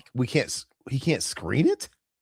No, but, he's he pretty much has the say on who can screen it and who can't. But there's got to be a workaround there. Like, if you don't charge a la carte for it, but if like we just pay for admission and the movie's quote unquote free, why couldn't they show it? Then it's no different than me showing. That's with any film. I mean, even if you're showing a film in high school, like you have to like go through the channels, dude. It's crazy what you have to do now. Well, fuck him. I really wanted to watch like a movie like that with everybody and all the fans. No, and I'm sure they'll get a movie. I don't know if they'll get Dawn, but I mean, that's all I want. Who knows? That's all I want. We're gonna be watching Dawn of the Dead in the fucking hotel room in the fucking heart-shaped hot tub like Lloyd and Harry, dude. Oh, that's great, man. I guess Josh James could be in my lap. Alpha's gonna have to be in your lap. We'll talk about Afraid of Felcher, dude. Afraid of Felcher. Let's see. Would be cool watching The Hills Have Eyes 1 and 2 in the theater for the classic movie days. Weirdly, a woman tried watching The Hills Have Eyes with me and got bored after 35 minutes. Shocker. Said the remake was better. I'm kind of inclined. Dude, I think the first movie's boring. I like the first movie. It has its charm to it, and it's not my favorite, but I do enjoy it. Satan says that he thinks the remake is better too. Vincent, I love the remake too. One of Alexandra Aja's best. Aja. But I would not give up on the OG after 45 minutes like she did in the original. Then saying 70s horror had too much implied. Well, I love 70s horror, man. Satan, first theater movie was E.T. Wow. Nice. Okay. How old were you when E.T. came out? Did you see it as a kid? Like a little kid, like the right age? Yeah, we rented that shit all the time. I never saw it in theaters though. Mutineer, the first movie I remember seeing in theaters was Empire Strikes Back. I just remember trying Nice. to hide under the seats from the roar of the TIE fighters freaking me out. I'm not a Star Wars fan, but That if would be if cool, if I dude. was around back then, like during the heyday, and I was like coherent, maybe I would have been. It would have been all the Yeah. rage. And I bet you seeing Empire Strikes Back, that's the one to see, right? Yeah. That Yeah. was the Luke, I am your father, right? Mm. So what was your react? Do you remember what it was like? Did the whole crowd like gasp like, "Oh, I am your father." Was it really like one of those things? That'd be a great experience. Yeah. Because it's one of those things that it's just so ingrained and lampooned in pop culture. It was a Mm. huge twist, you know. It's kind of like the Terminator in Terminator 2. The twist is he's a good guy. Like they were trying to keep that close to the chest with the way the trailer was, you know, and that's what everybody knew Schwarzenegger from the first movie as. But Mhm. and then I think the big reveal was when they were in that corridor and the roses, you know, it's like get Oh, down, yeah, and when he yeah. says get down, it's like, Good oh, time. that's Yeah, the yeah. big because you know at that point you don't know there's two Who guys looking for the boy. who the bad guy is. Yeah. Yeah, the Yeah. cop is like good looking boy. I think they're trying Mhm. to play it like, oh, he's good. Yeah, yeah. Or you know, the good. I know he kills a cop at the beginning, but he still has the good mission. I saw Scream in theaters December of '96. One of the best experiences. The Wow. theater was packed. It was a roller coaster ride. Gosh, Awesome. dude, I see. That's one I would have loved to have seen because Yeah. I still think that first Scream movie is fantastic. I Oh, think they it's just amazing. Yeah. the twist is so good. The way it's one of those movies where you know it's like the Empire Strikes Back. You can't do the twist again. Nobody Yeah. can do it again. Um, it's so well done. Let's see. I had to go back with a group of my friends to see it now. I absolutely love it. Mm. Canada's allowed unturned stone 44. No, we don't allow Canadians here. If you're Canadian, Good to see you, man. yeah. Canada? You mean the 51st state of America? I'm just kidding. That's gonna be Greenland. We love our Canadian brethren. Yeah, I feel bad, dude, because they would just neuter a lot of your shit. Like I said, they just destroy Dawn. Yeah, yeah. They It's cut a lot of a lot of the Don. cool stuff, dude. A lot of the Yeah. iconic gore scenes. Mm. Yeah, he's in control over Dawn and Martin. Yeah, I know. What a prick. You are playing Fallout Unturned Stone. Mm.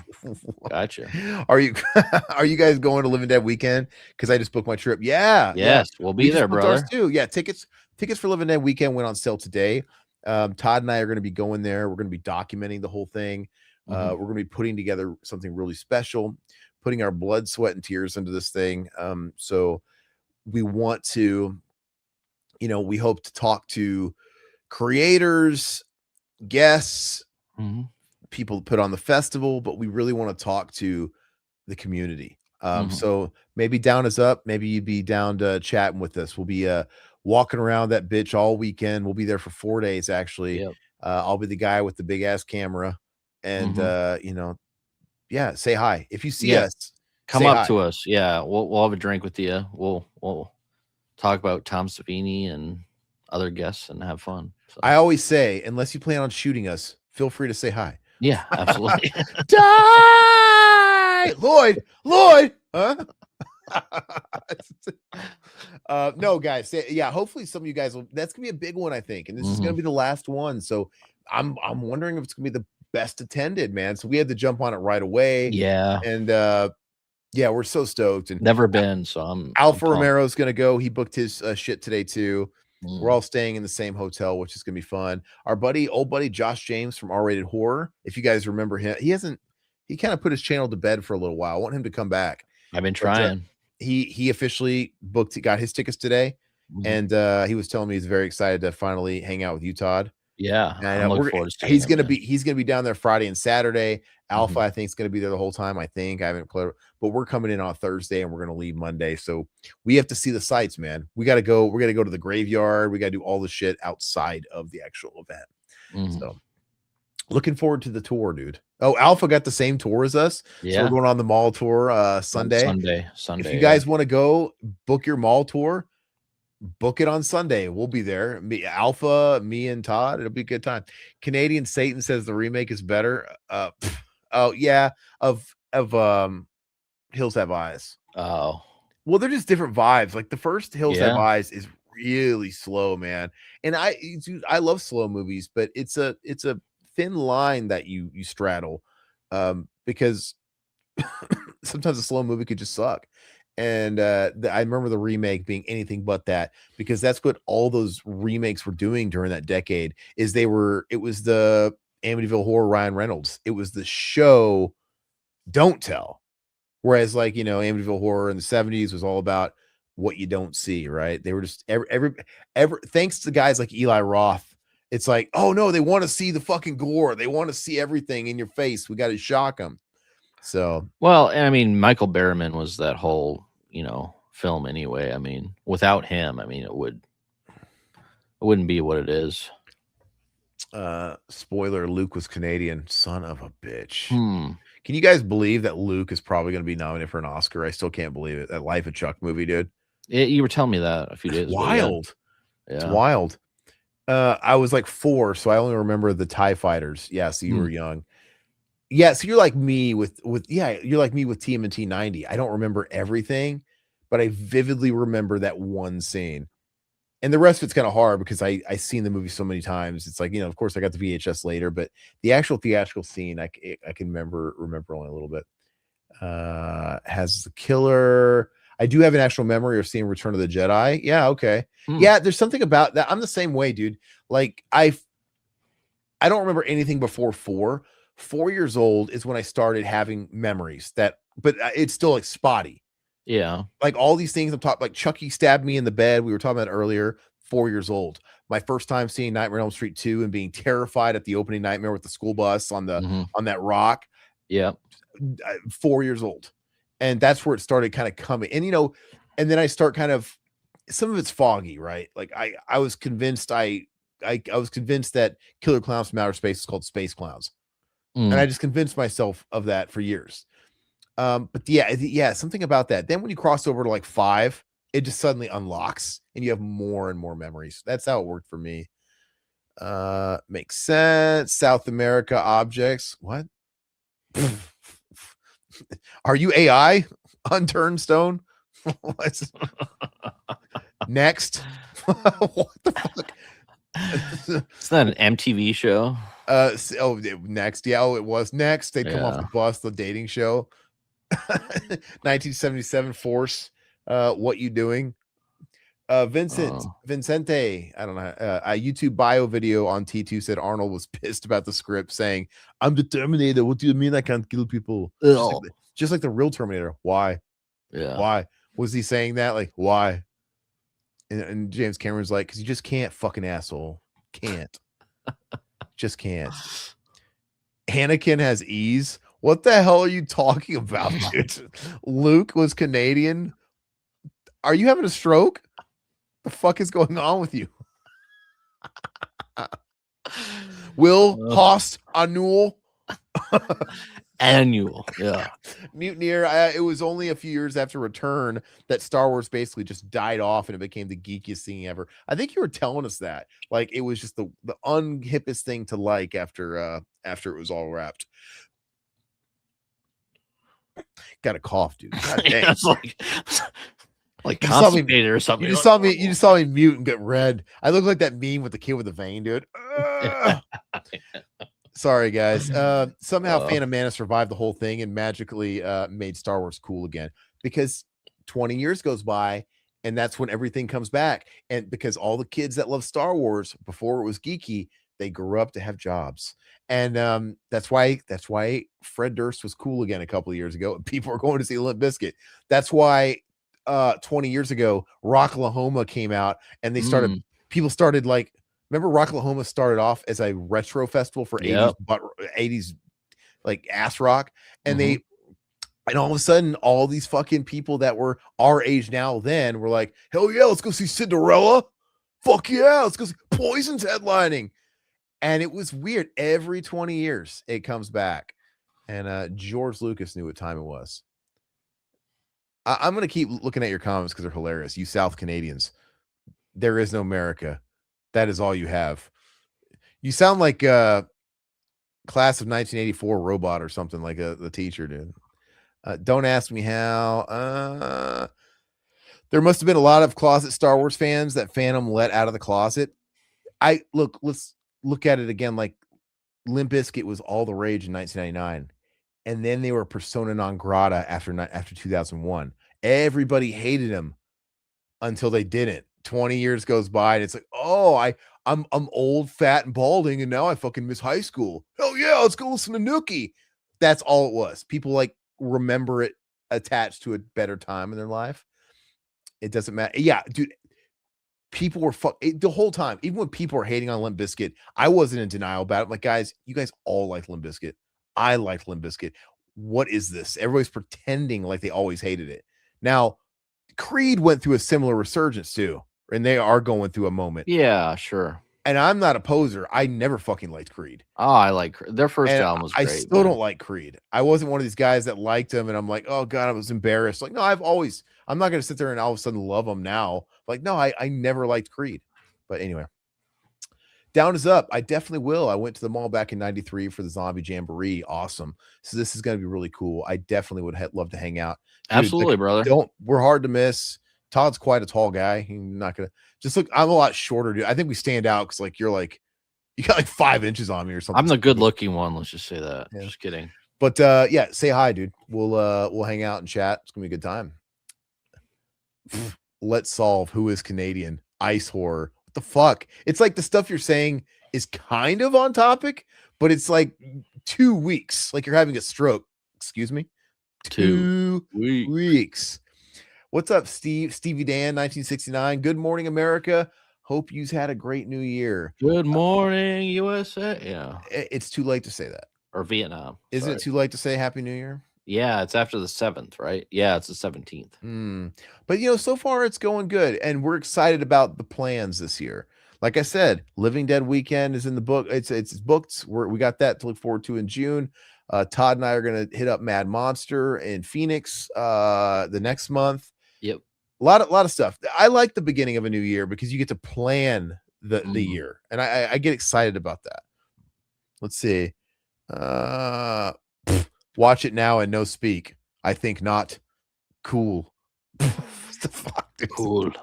Okay, cool body. All right, night all, great stream. Thanks, Wild, for joining us. Yeah, brother. We're gonna wrap up here in a few as well. Yeah. Yeah. Jesus, dude. God. A mute button. You guys get that cough, that whooping cough so bad we start blacking out, dude. You ever get that? No, I see stars. Absolutely. I was blacking out, man. Oh, I just saw my first dog, Broccoli, who was glorious. Broccoli, dude. Yeah, got all these kids at the gym walking around with haircuts named after my dog, dude. The Broccoli heads, dude. Yeah, my first dog. This is totally random. My first dog was a golden retriever, and I got in that trailer park in like 1990. Yeah. Somebody had dogs to give away, and we were just like wandering around, probably kicking cans because we were poor. And he asked us if we wanted one, and my mom said yes, and I got to name it. And I was obsessed with Sesame Street because I was basically just growing out of being a toddler, for God's sakes. And I was obsessed with Barkley. Remember, Barkley was the dog in Sesame Street, the big Muppet dog. And I wanted him to be named Barkley.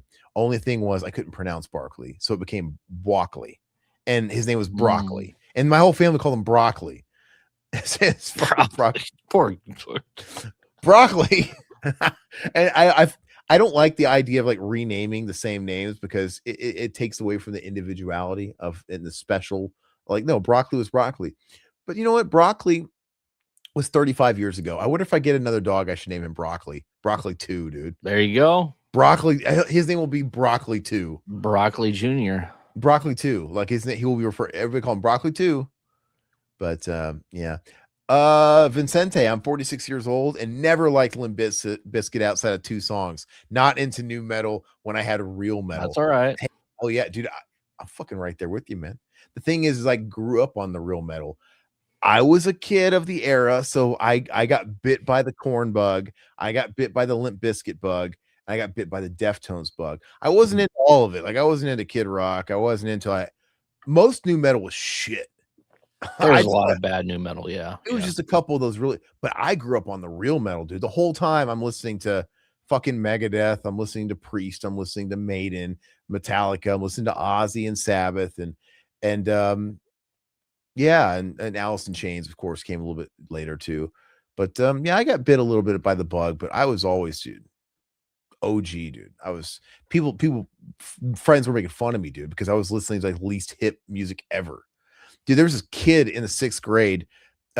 He was kind of the kid that he acted out in class. Nobody liked, like nobody, he didn't seem to have any friends, but he would just act out. And he was like really hardcore. You could tell he was raised in a junkyard or something because this is 1997. This is the year of Chumbawamba, right? This is Yeah. the year of the wallflowers.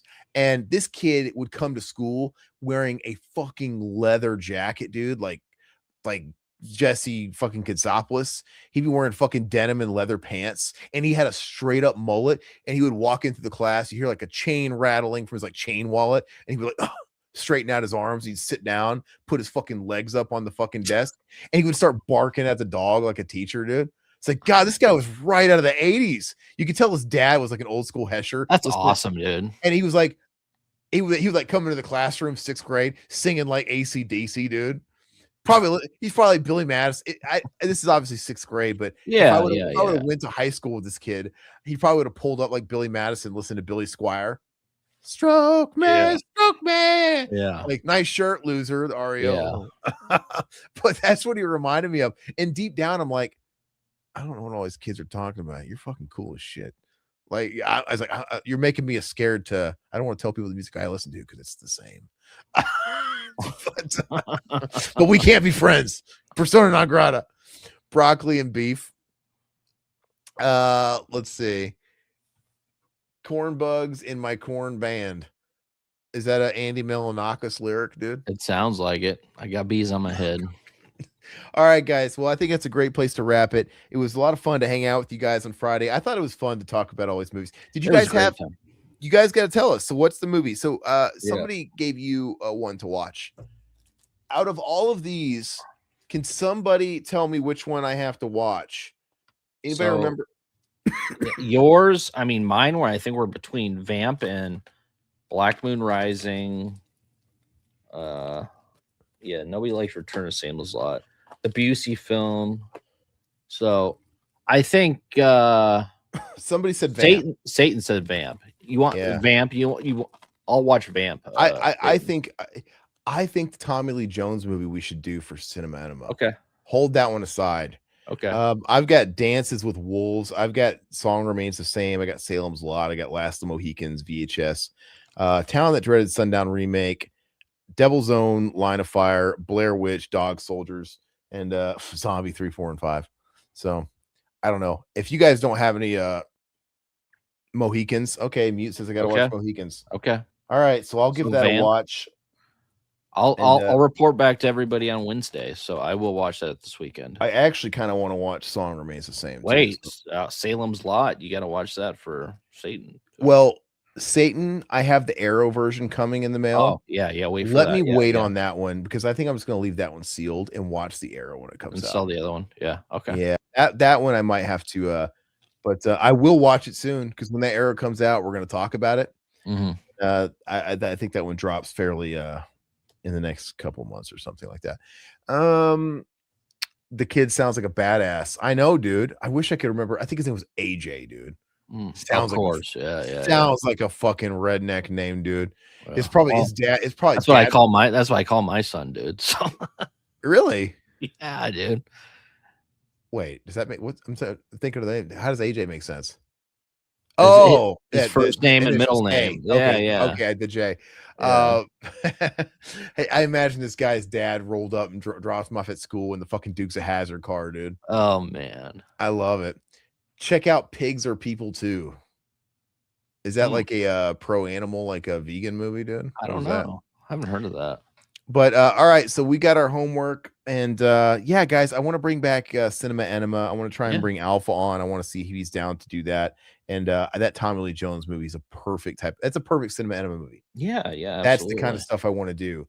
Okay. But anyway, guys, if you like the stream, please make sure you've given it a like. If you're watching it after the fact, like the video, sub to us. If you guys are new here, do peruse the archives. We've been around since 2011. We've got tons of podcasts, interviews, all sorts of streams like this and reviews, tons of stuff, something for everybody.